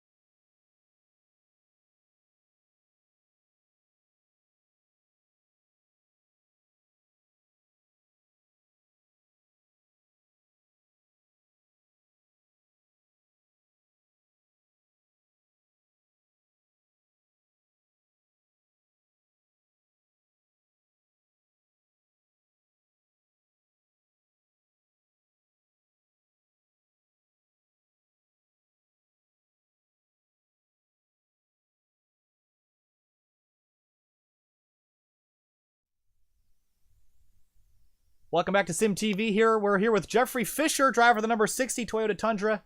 And Jeff, you had a spectacular top-to-bottom elevator ride. Tell us about the whole race, actually, in the final couple laps, because you were all over the field tonight, but you came home successfully taking the victory here at Talladega. Yeah, I don't know how I didn't get clipped coming from the high down to the bottom like that. Felt bad because I left Matt in the four up there with no help, and he kind of fell back, but I knew I had to get to the front because I don't know how we didn't crash like 10 laps in a row there at the end, how we were racing. So just get that top spot before the caution comes out. It's going to end. Pretty much the night started off good, and then we ran into some issues with the 33 bumping bad. And then there was a couple bad bumps I did. I know I took out the 13 car, and I think it was a 52 on accident on the backstretch. So apologies to them. But ever since I had all those issues, I was just really just on a mission to get back towards the front because I didn't feel like playing the game waiting in the back. I'd rather be up front throwing blocks and freaking passing like it's supposed to be raced. Well, that move from the top to the bottom, tell us about that, because I'm not sure if the spotter even had time to clear you, but you certainly got yourself down there and blocked that number 14. Tell us about that move coming about 5 or 6 to go. Yeah, to get me up on the outside, I was on the bottom. I think I was third, and the 54 was on my outside, and I saw a hole, so I squeezed up in between him and almost crashed the whole field and stayed up there. He pushed me back going into 3. I was just like, do or die. I mean, I didn't want to not win, so I was like, I'm just going to go for it, do it for Dale, and just go straight to the bottom. Well, it certainly worked out for you. Again, we want to give you a huge congratulations for toughing it out and keeping the nose clean for most of the night and coming home in first place. A spectacular drive for that number 60 Toyota Tundra. All right, thanks. Can I say one more thing? Oh, go for it. Yeah, take all the time you want. Just a little note. We're going to be running the 24 hours of spa in the morning, so hopefully this race doesn't do me in before that, because 24 hours at Spa Francorchamps is going to be fun. Yeah, we actually, Finney and I are doing that too. So, yeah, we'll see you hopefully. Yeah. Same split. Let's do it. All right. Well, thanks for talking to us and have a great night, man. You too. Thanks for having me. All right. Next on our list will be the driver of the number 14. And wait for him to be in here, and there he is. Oh, is that Austin in the 64? Okay. 64. That's Hello. right. Hello. Okay, we were expecting the 14, but here you are. Austin Derbyshire. Did I say your last name right? Derbyshire? Actually, you did. Oh. One of the few. Ooh, thank God. Okay. There was a lot I screwed up. I'm aware of that, but glad I got that one right. Austin, you had a great night. You were pushing and shoving early. You fell back a little bit towards the midsection of the race, but you came back a strong third. Tell us about your night. It was an exciting one. Well, the plan from the get-go was just to stay back, but after qualifying second, that changed the plan. So just tried to stay up front, and then after I realized there was quite a bit of cautions coming, I figured I would just stay back and hope for one where I can actually get in there and pit. Yeah, so tell us a little bit about we heard some guys talking about the side drafting tonight, and there was a couple wrecks maybe caused by it, but was it a strong enough advantage to be able to use that to really get by anybody, or was the traditional front to back pushing the way to go? Well, this is the first time I've ever noticed the side drafting actually making that much of a difference. Like towards the end there, when I was on the outside trying to get the lead, we had a lot of side drafting going on, and it was very useful. Pull the other car back. Yeah, well, it turned out worked out for you tonight. You came home P3. Anybody else you want to thank, sponsors or anything? Yeah, my employer, Kootenai Green Energy. We got it on the truck tonight. It was very nice. Special thanks to William for hosting this whole thing. It's a great cause. All right, well, thanks for talking to us, Austin. Have a good night, and congratulations on the podium finish. Thank you. Have a great night. All right, so I guess I will hold my tongue to see who is next on the list, because they won't necessarily always be in line. So it looks like we have who's in with us right now. Number 14. Number 14. There you are. Okay, I was looking for you. Okay, please tell me how to pronounce your name, because I butchered it so bad. You know, it was hilarious. Halfway through the race, I told my teammate, I'm like, you know what? Because I wasn't aware this was televised at first. I'm like, wait a second, this is televised, isn't it? I'm like, I bet those announcers are having an amazing time pronouncing my last name. It's I just Grodzicki. your number. Grodzicki. I was close. I was close. There was a lot that I screwed up a lot more than that. Let me look at the timing screen real quick. I think it was the driver of the 9 truck. I didn't even try. But yeah. So anyway, you finished second. You had a spectacular move there towards the end, but the 60 truck just got down in front of you. Tell us about those final couple laps and how you ended up in second place. Man, I'm going to be honest. That was the best racing I've ever had here at my time on this platform. I did not see that 90 truck up high. I thought I was in the clear for P1, and I just see a black truck come shooting from the sky across my nose. I'm like, God dang it, I was so close. But it was the best time that I've ever had over here. It was certainly spectacular to watch. But we were just talking to Austin about the side draft a little bit. Did you think that was a good enough advantage to really be able to use that side draft, or was the traditional pushing really the way to go for tonight? I think especially towards the beginning of the race, side draft, I was up on that high line. The high line was the fast line. I don't know if that's because some of the cars that were in there still pushing. But I chose to ride the high line more than the low line. Towards the middle of the race, around like lap 50, 60, after the big wreck on 53, I was actually just watching that now. It kind of slowed down. It moved more into the low line style of racing. There was a lot of single file cars. I was actually kind of getting annoyed because nobody was wanting to go to the outside to make moves. We were just running laps. And then obviously towards the end of the race, we got 3 wide around the whole track. There were multiple times in that period where I could have jumped to the high line, but me as a driver, I felt more comfortable staying in the middle. There wasn't really any opportunity to go to the low line. The low line was slow anyways. So I actually stuck it in the middle, and I was side drafting cars. I mean, I was rubbing paint with them almost around the corners. Well, it certainly paid off for you. Came home P2. Congratulations on that finish, man, and thanks for talking to us. Anything else you want to say before we send you off? No, man, like I said, this is a great experience. I think I'm going to stick around for a while, and hopefully I'll be back soon. All right, well, thanks for talking to us. Have a great night. Yep, as well. Next, we got Alan. All right. Okay, Alan, is Ballacino, did I get that right, or is it Ballacino? Ballacino, none of the above. Okay, well, I was pronouncing it wrong the whole race. Sorry about that. But, okay, you finished 4th, and I was cheering you on. I was your biggest fan those last couple laps. You and the 12 were moving forward. Tell us about that charge from the back to the front, and you came home and finished P4. So me and Gavin were working together, and I appreciate that, man. It's a lot. So me and Gavin were just thinking about going 15 to go. But at the end there, it was just go wherever we could. We were trying to get the high line to work, but it was not going anywhere. So just trying to get a 3rd truck up there as well. Didn't really work out. So well, I saw. Oh, excuse me. I didn't mean to interrupt you there, but I saw the 41 of Gary Weaver jump up in front, and that was really a 3rd truck. But did that stall your momentum more than you were expecting? Yeah, we ended up not going anywhere really, and I had to back off of them a little bit because when 3 trucks were pushing, it was kind of sketchy. Yeah, so we saw you also when you were working with the 12 of Gavin. You dropped out of the top lane, go for the middle, and was that just you guys are teammates, right? Was I correct in that assumption? Oh yeah. Okay. So I ended up just bailing because we weren't going anywhere, and I had to make a move for it, and we were under 7 to go at that point. Yeah. It was all or nothing for that at that point.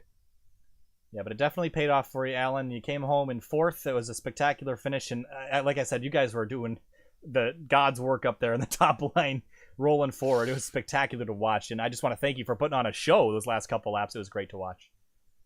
Yeah, no problem, man. Appreciate it. All right, thanks for talking to us, Alan. Have a good night. Yep, thanks. Appreciate it.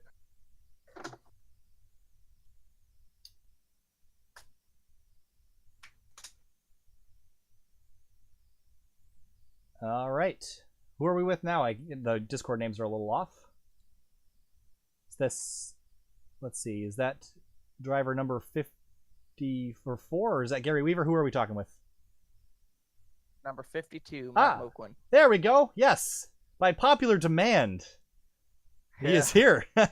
Well, welcome. You had a heck of a night tonight, and you started off in getting involved in a wreck that was none of your doing, but you came back. You went from 2 laps down to leading the race to crashed to running the race 6 laps down to finishing 14th. Tell us about your night, because that was pretty fun to watch, but shame you couldn't finish it out on the lead lap, because you were throwing some spectacular moves out there. Yeah, well, I started well, and I was minding my own business. I got caught up in a wreck, and I didn't want to use my fast repair, so took 3 minutes, went 2 laps down, and I waited it out. And eventually, I used that fast repair again because I got in another wreck, which caused engine damage. And after that, I got in another wreck after making it from last to leading. Yeah, so tell us about it. We were talking about the drafting here tonight, and it seems like a lot of people were saying the side draft was pretty effective, but your run to the front, I mean, you just slingshot it out of nowhere. I mean, it only took you 2 or 3 laps to get back up there. What was your plan drafting-wise tonight? Was it more side draft or just more pushing and shoving? Really more pushing and shoving. I never really utilized the side draft. I guess I've tried here and there, but you just got to be in the right place at the right time. Look out where to go. I've always been big on super speedways. I love Daytona, love Talladega. I just got my first C-Class win at Daytona 2 weeks ago, so I guess I just know what to do when it comes to these super speedways. Well, you certainly showed your knowledge here tonight.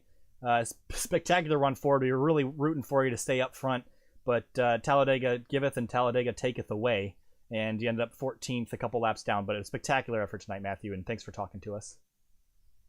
Thank you. I'll be joining you guys in the truck series in a few weeks. All right. Well, we'll look forward to that. See you later. Have a good night. Awesome. Good night. And I think with that, oh, we got Gary Weaver waiting for us, it looks like there, Finian. Looks like we might. Ah, there he is. Driver the number 41. Gary Weaver, one of the few guys that I could actually pronounce their name tonight. Came home in 5th place, but you were really aggressive earlier in the race, and you were making it work. But to come home 5th, not a bad result for you. Tell us about tonight. Yeah, tonight it was, gosh, what can I even start with? The fact that I avoided about 3 or 4 wrecks somehow, and I somehow didn't really get caught up in any of them, actually, for the most part. But, oh, those final 10 laps were nerve-wracking. I think my arms were just so tense, I told myself to relax. So that 3-4 wide situation, that was pretty interesting. But 5th place, like you mentioned, it's somehow I managed to survive, but it works.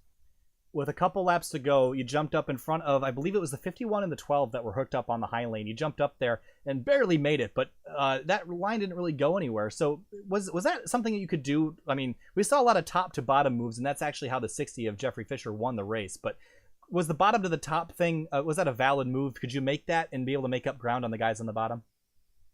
I felt like it would work at the time, and then the moment after that happened, I was thinking, what did I just do? So, unfortunately, it didn't really work out, but somehow it did because I came home 5th. But, gosh, that bomb to top move didn't really work out like I hoped it would, but it kind of worked for a second. But, you know, since that's the very top line, it takes a lot of cars to get that line moving, so it didn't really work out as well as I expected. All right, Gary Weaver, but you came home in 5th place, a top 5 after the attrition tonight.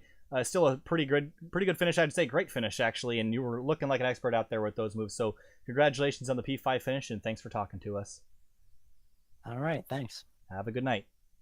You too. All right, and I think we got a couple more drivers waiting in the wings. Looks like Liam Sheen is one of them. And we'll wait and see who we get pulled in this time. All right, Liam Sheen. Yeah.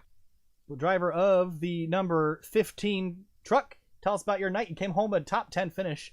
Pretty solid night after a lot of attrition here this evening. Yeah, for most of the race I had connection issues. I tried restarting my computer, which is how I went a lap down.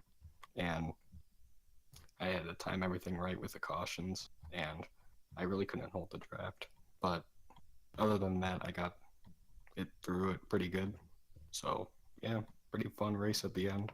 Yeah, so tell us a little bit more about that lap down situation, because Finian told me that, and I couldn't believe that you had gotten out of the car, restarted your computer, got back in, and were only 1 lap down. I mean, that was pretty spectacular that you managed to do that. You must have a really good SSD on top of your system there, but to get yourself back on the lead lap and finish in 9th, there's got to be something. You could have easily just given up and said, that's it for tonight, I got issues. But you came back out there. It says a lot about your character and your drive to finish the race.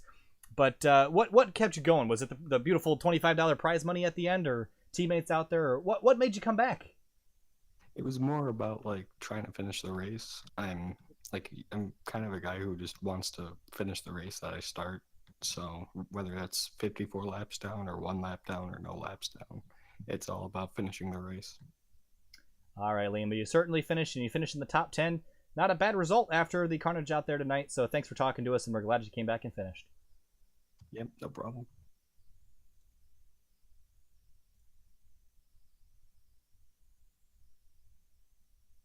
All right, a couple more guys popped in the booth here at the last minute, so hopefully you can grab 1 or 2 more guys. And it looks like we have the driver, the number 93, Caleb Weekly. I hope I pronounced that name right. You did? Okay, good. I got at least 3 of them right tonight. And you were bouncing around earlier. You got turned and involved in a wreck earlier in the evening, but you came back, fought a lot tonight. You fought real hard, but came home in 12th. Tell us about your eventful evening. I started out in the lead. I've been really good at qualifying at these restrictor plates recently, and then just kind of stayed up there and lagging, so that was very eventful. And then I got turned, and then I didn't want to use my fast repair since I thought a wreck would happen because it was a long race. And then I have like 40 seconds of damage, and then I get in a crash because of the 13, I think it was. I think you're correct. Yep. Yeah, but an up and down night for you. You started up front. You're running real good, and I believe we saw you with some connection issues earlier, and I'm not sure if that was just on our end or yours, but props to you for sticking it out, and you came home and finished out the race, and it was a pretty spectacular watching you drive from the front to the back to the back to the front again. So congratulations on just finishing the race, because not a lot of drivers got to do that tonight. Yeah, thanks. At that last lap, me and my teammate, the 14, we were discussing that that we should just push each other. I was like, I'm just going to stick back. And then he went to the front, and then, of course, the wreck happened in the back, and I got in it. And I was like, dang it, I should have been more aggressive. Well, turned out with a top 15 finish, so not a terrible result for you, Caleb, but thanks for talking to us, and I hope you have a good night. We hope to see you back here. Yep, you too. I definitely will come back. All right, and that was Caleb Weekly. And I think, is that everybody, Finney? I think that's it. I think that is it. All right, so, wow, this broadcast has almost been running for 3 hours, so we are going to close it up here pretty soon, but we want to give a couple more thank yous here. Which is, for one, for Finney and for getting the camera set up and the intro. 2, to William Kruzka for setting up this event and getting us on iRacing Live for the first time. That was spectacular. Thanks a huge bunch to you, and all thanks for putting on this event. Thanks to all the drivers for putting on a very, very eventful, competitive race here tonight. And we want to give a special congratulations to Jeffrey Fisher and that number 60 for taking home a well-earned victory here tonight. All right, I can't think of anything else we got to cover, Finian. We'll be live next on Sunday night, and it should be the 3-Wide Truck Series that will be live with us on Sunday night, 10:15. Catch us live on SYM TV. Thanks for being with us. Have a wonderful night. If you're not subscribed, hit that button before you go. Turn on that bell notification icon, and you can get more sim racing content weekly and soon to be daily as we head into the month of August. Thanks for being with us. Have a great night. This is from SYM TV. I'm Kyle Heyer. See you later.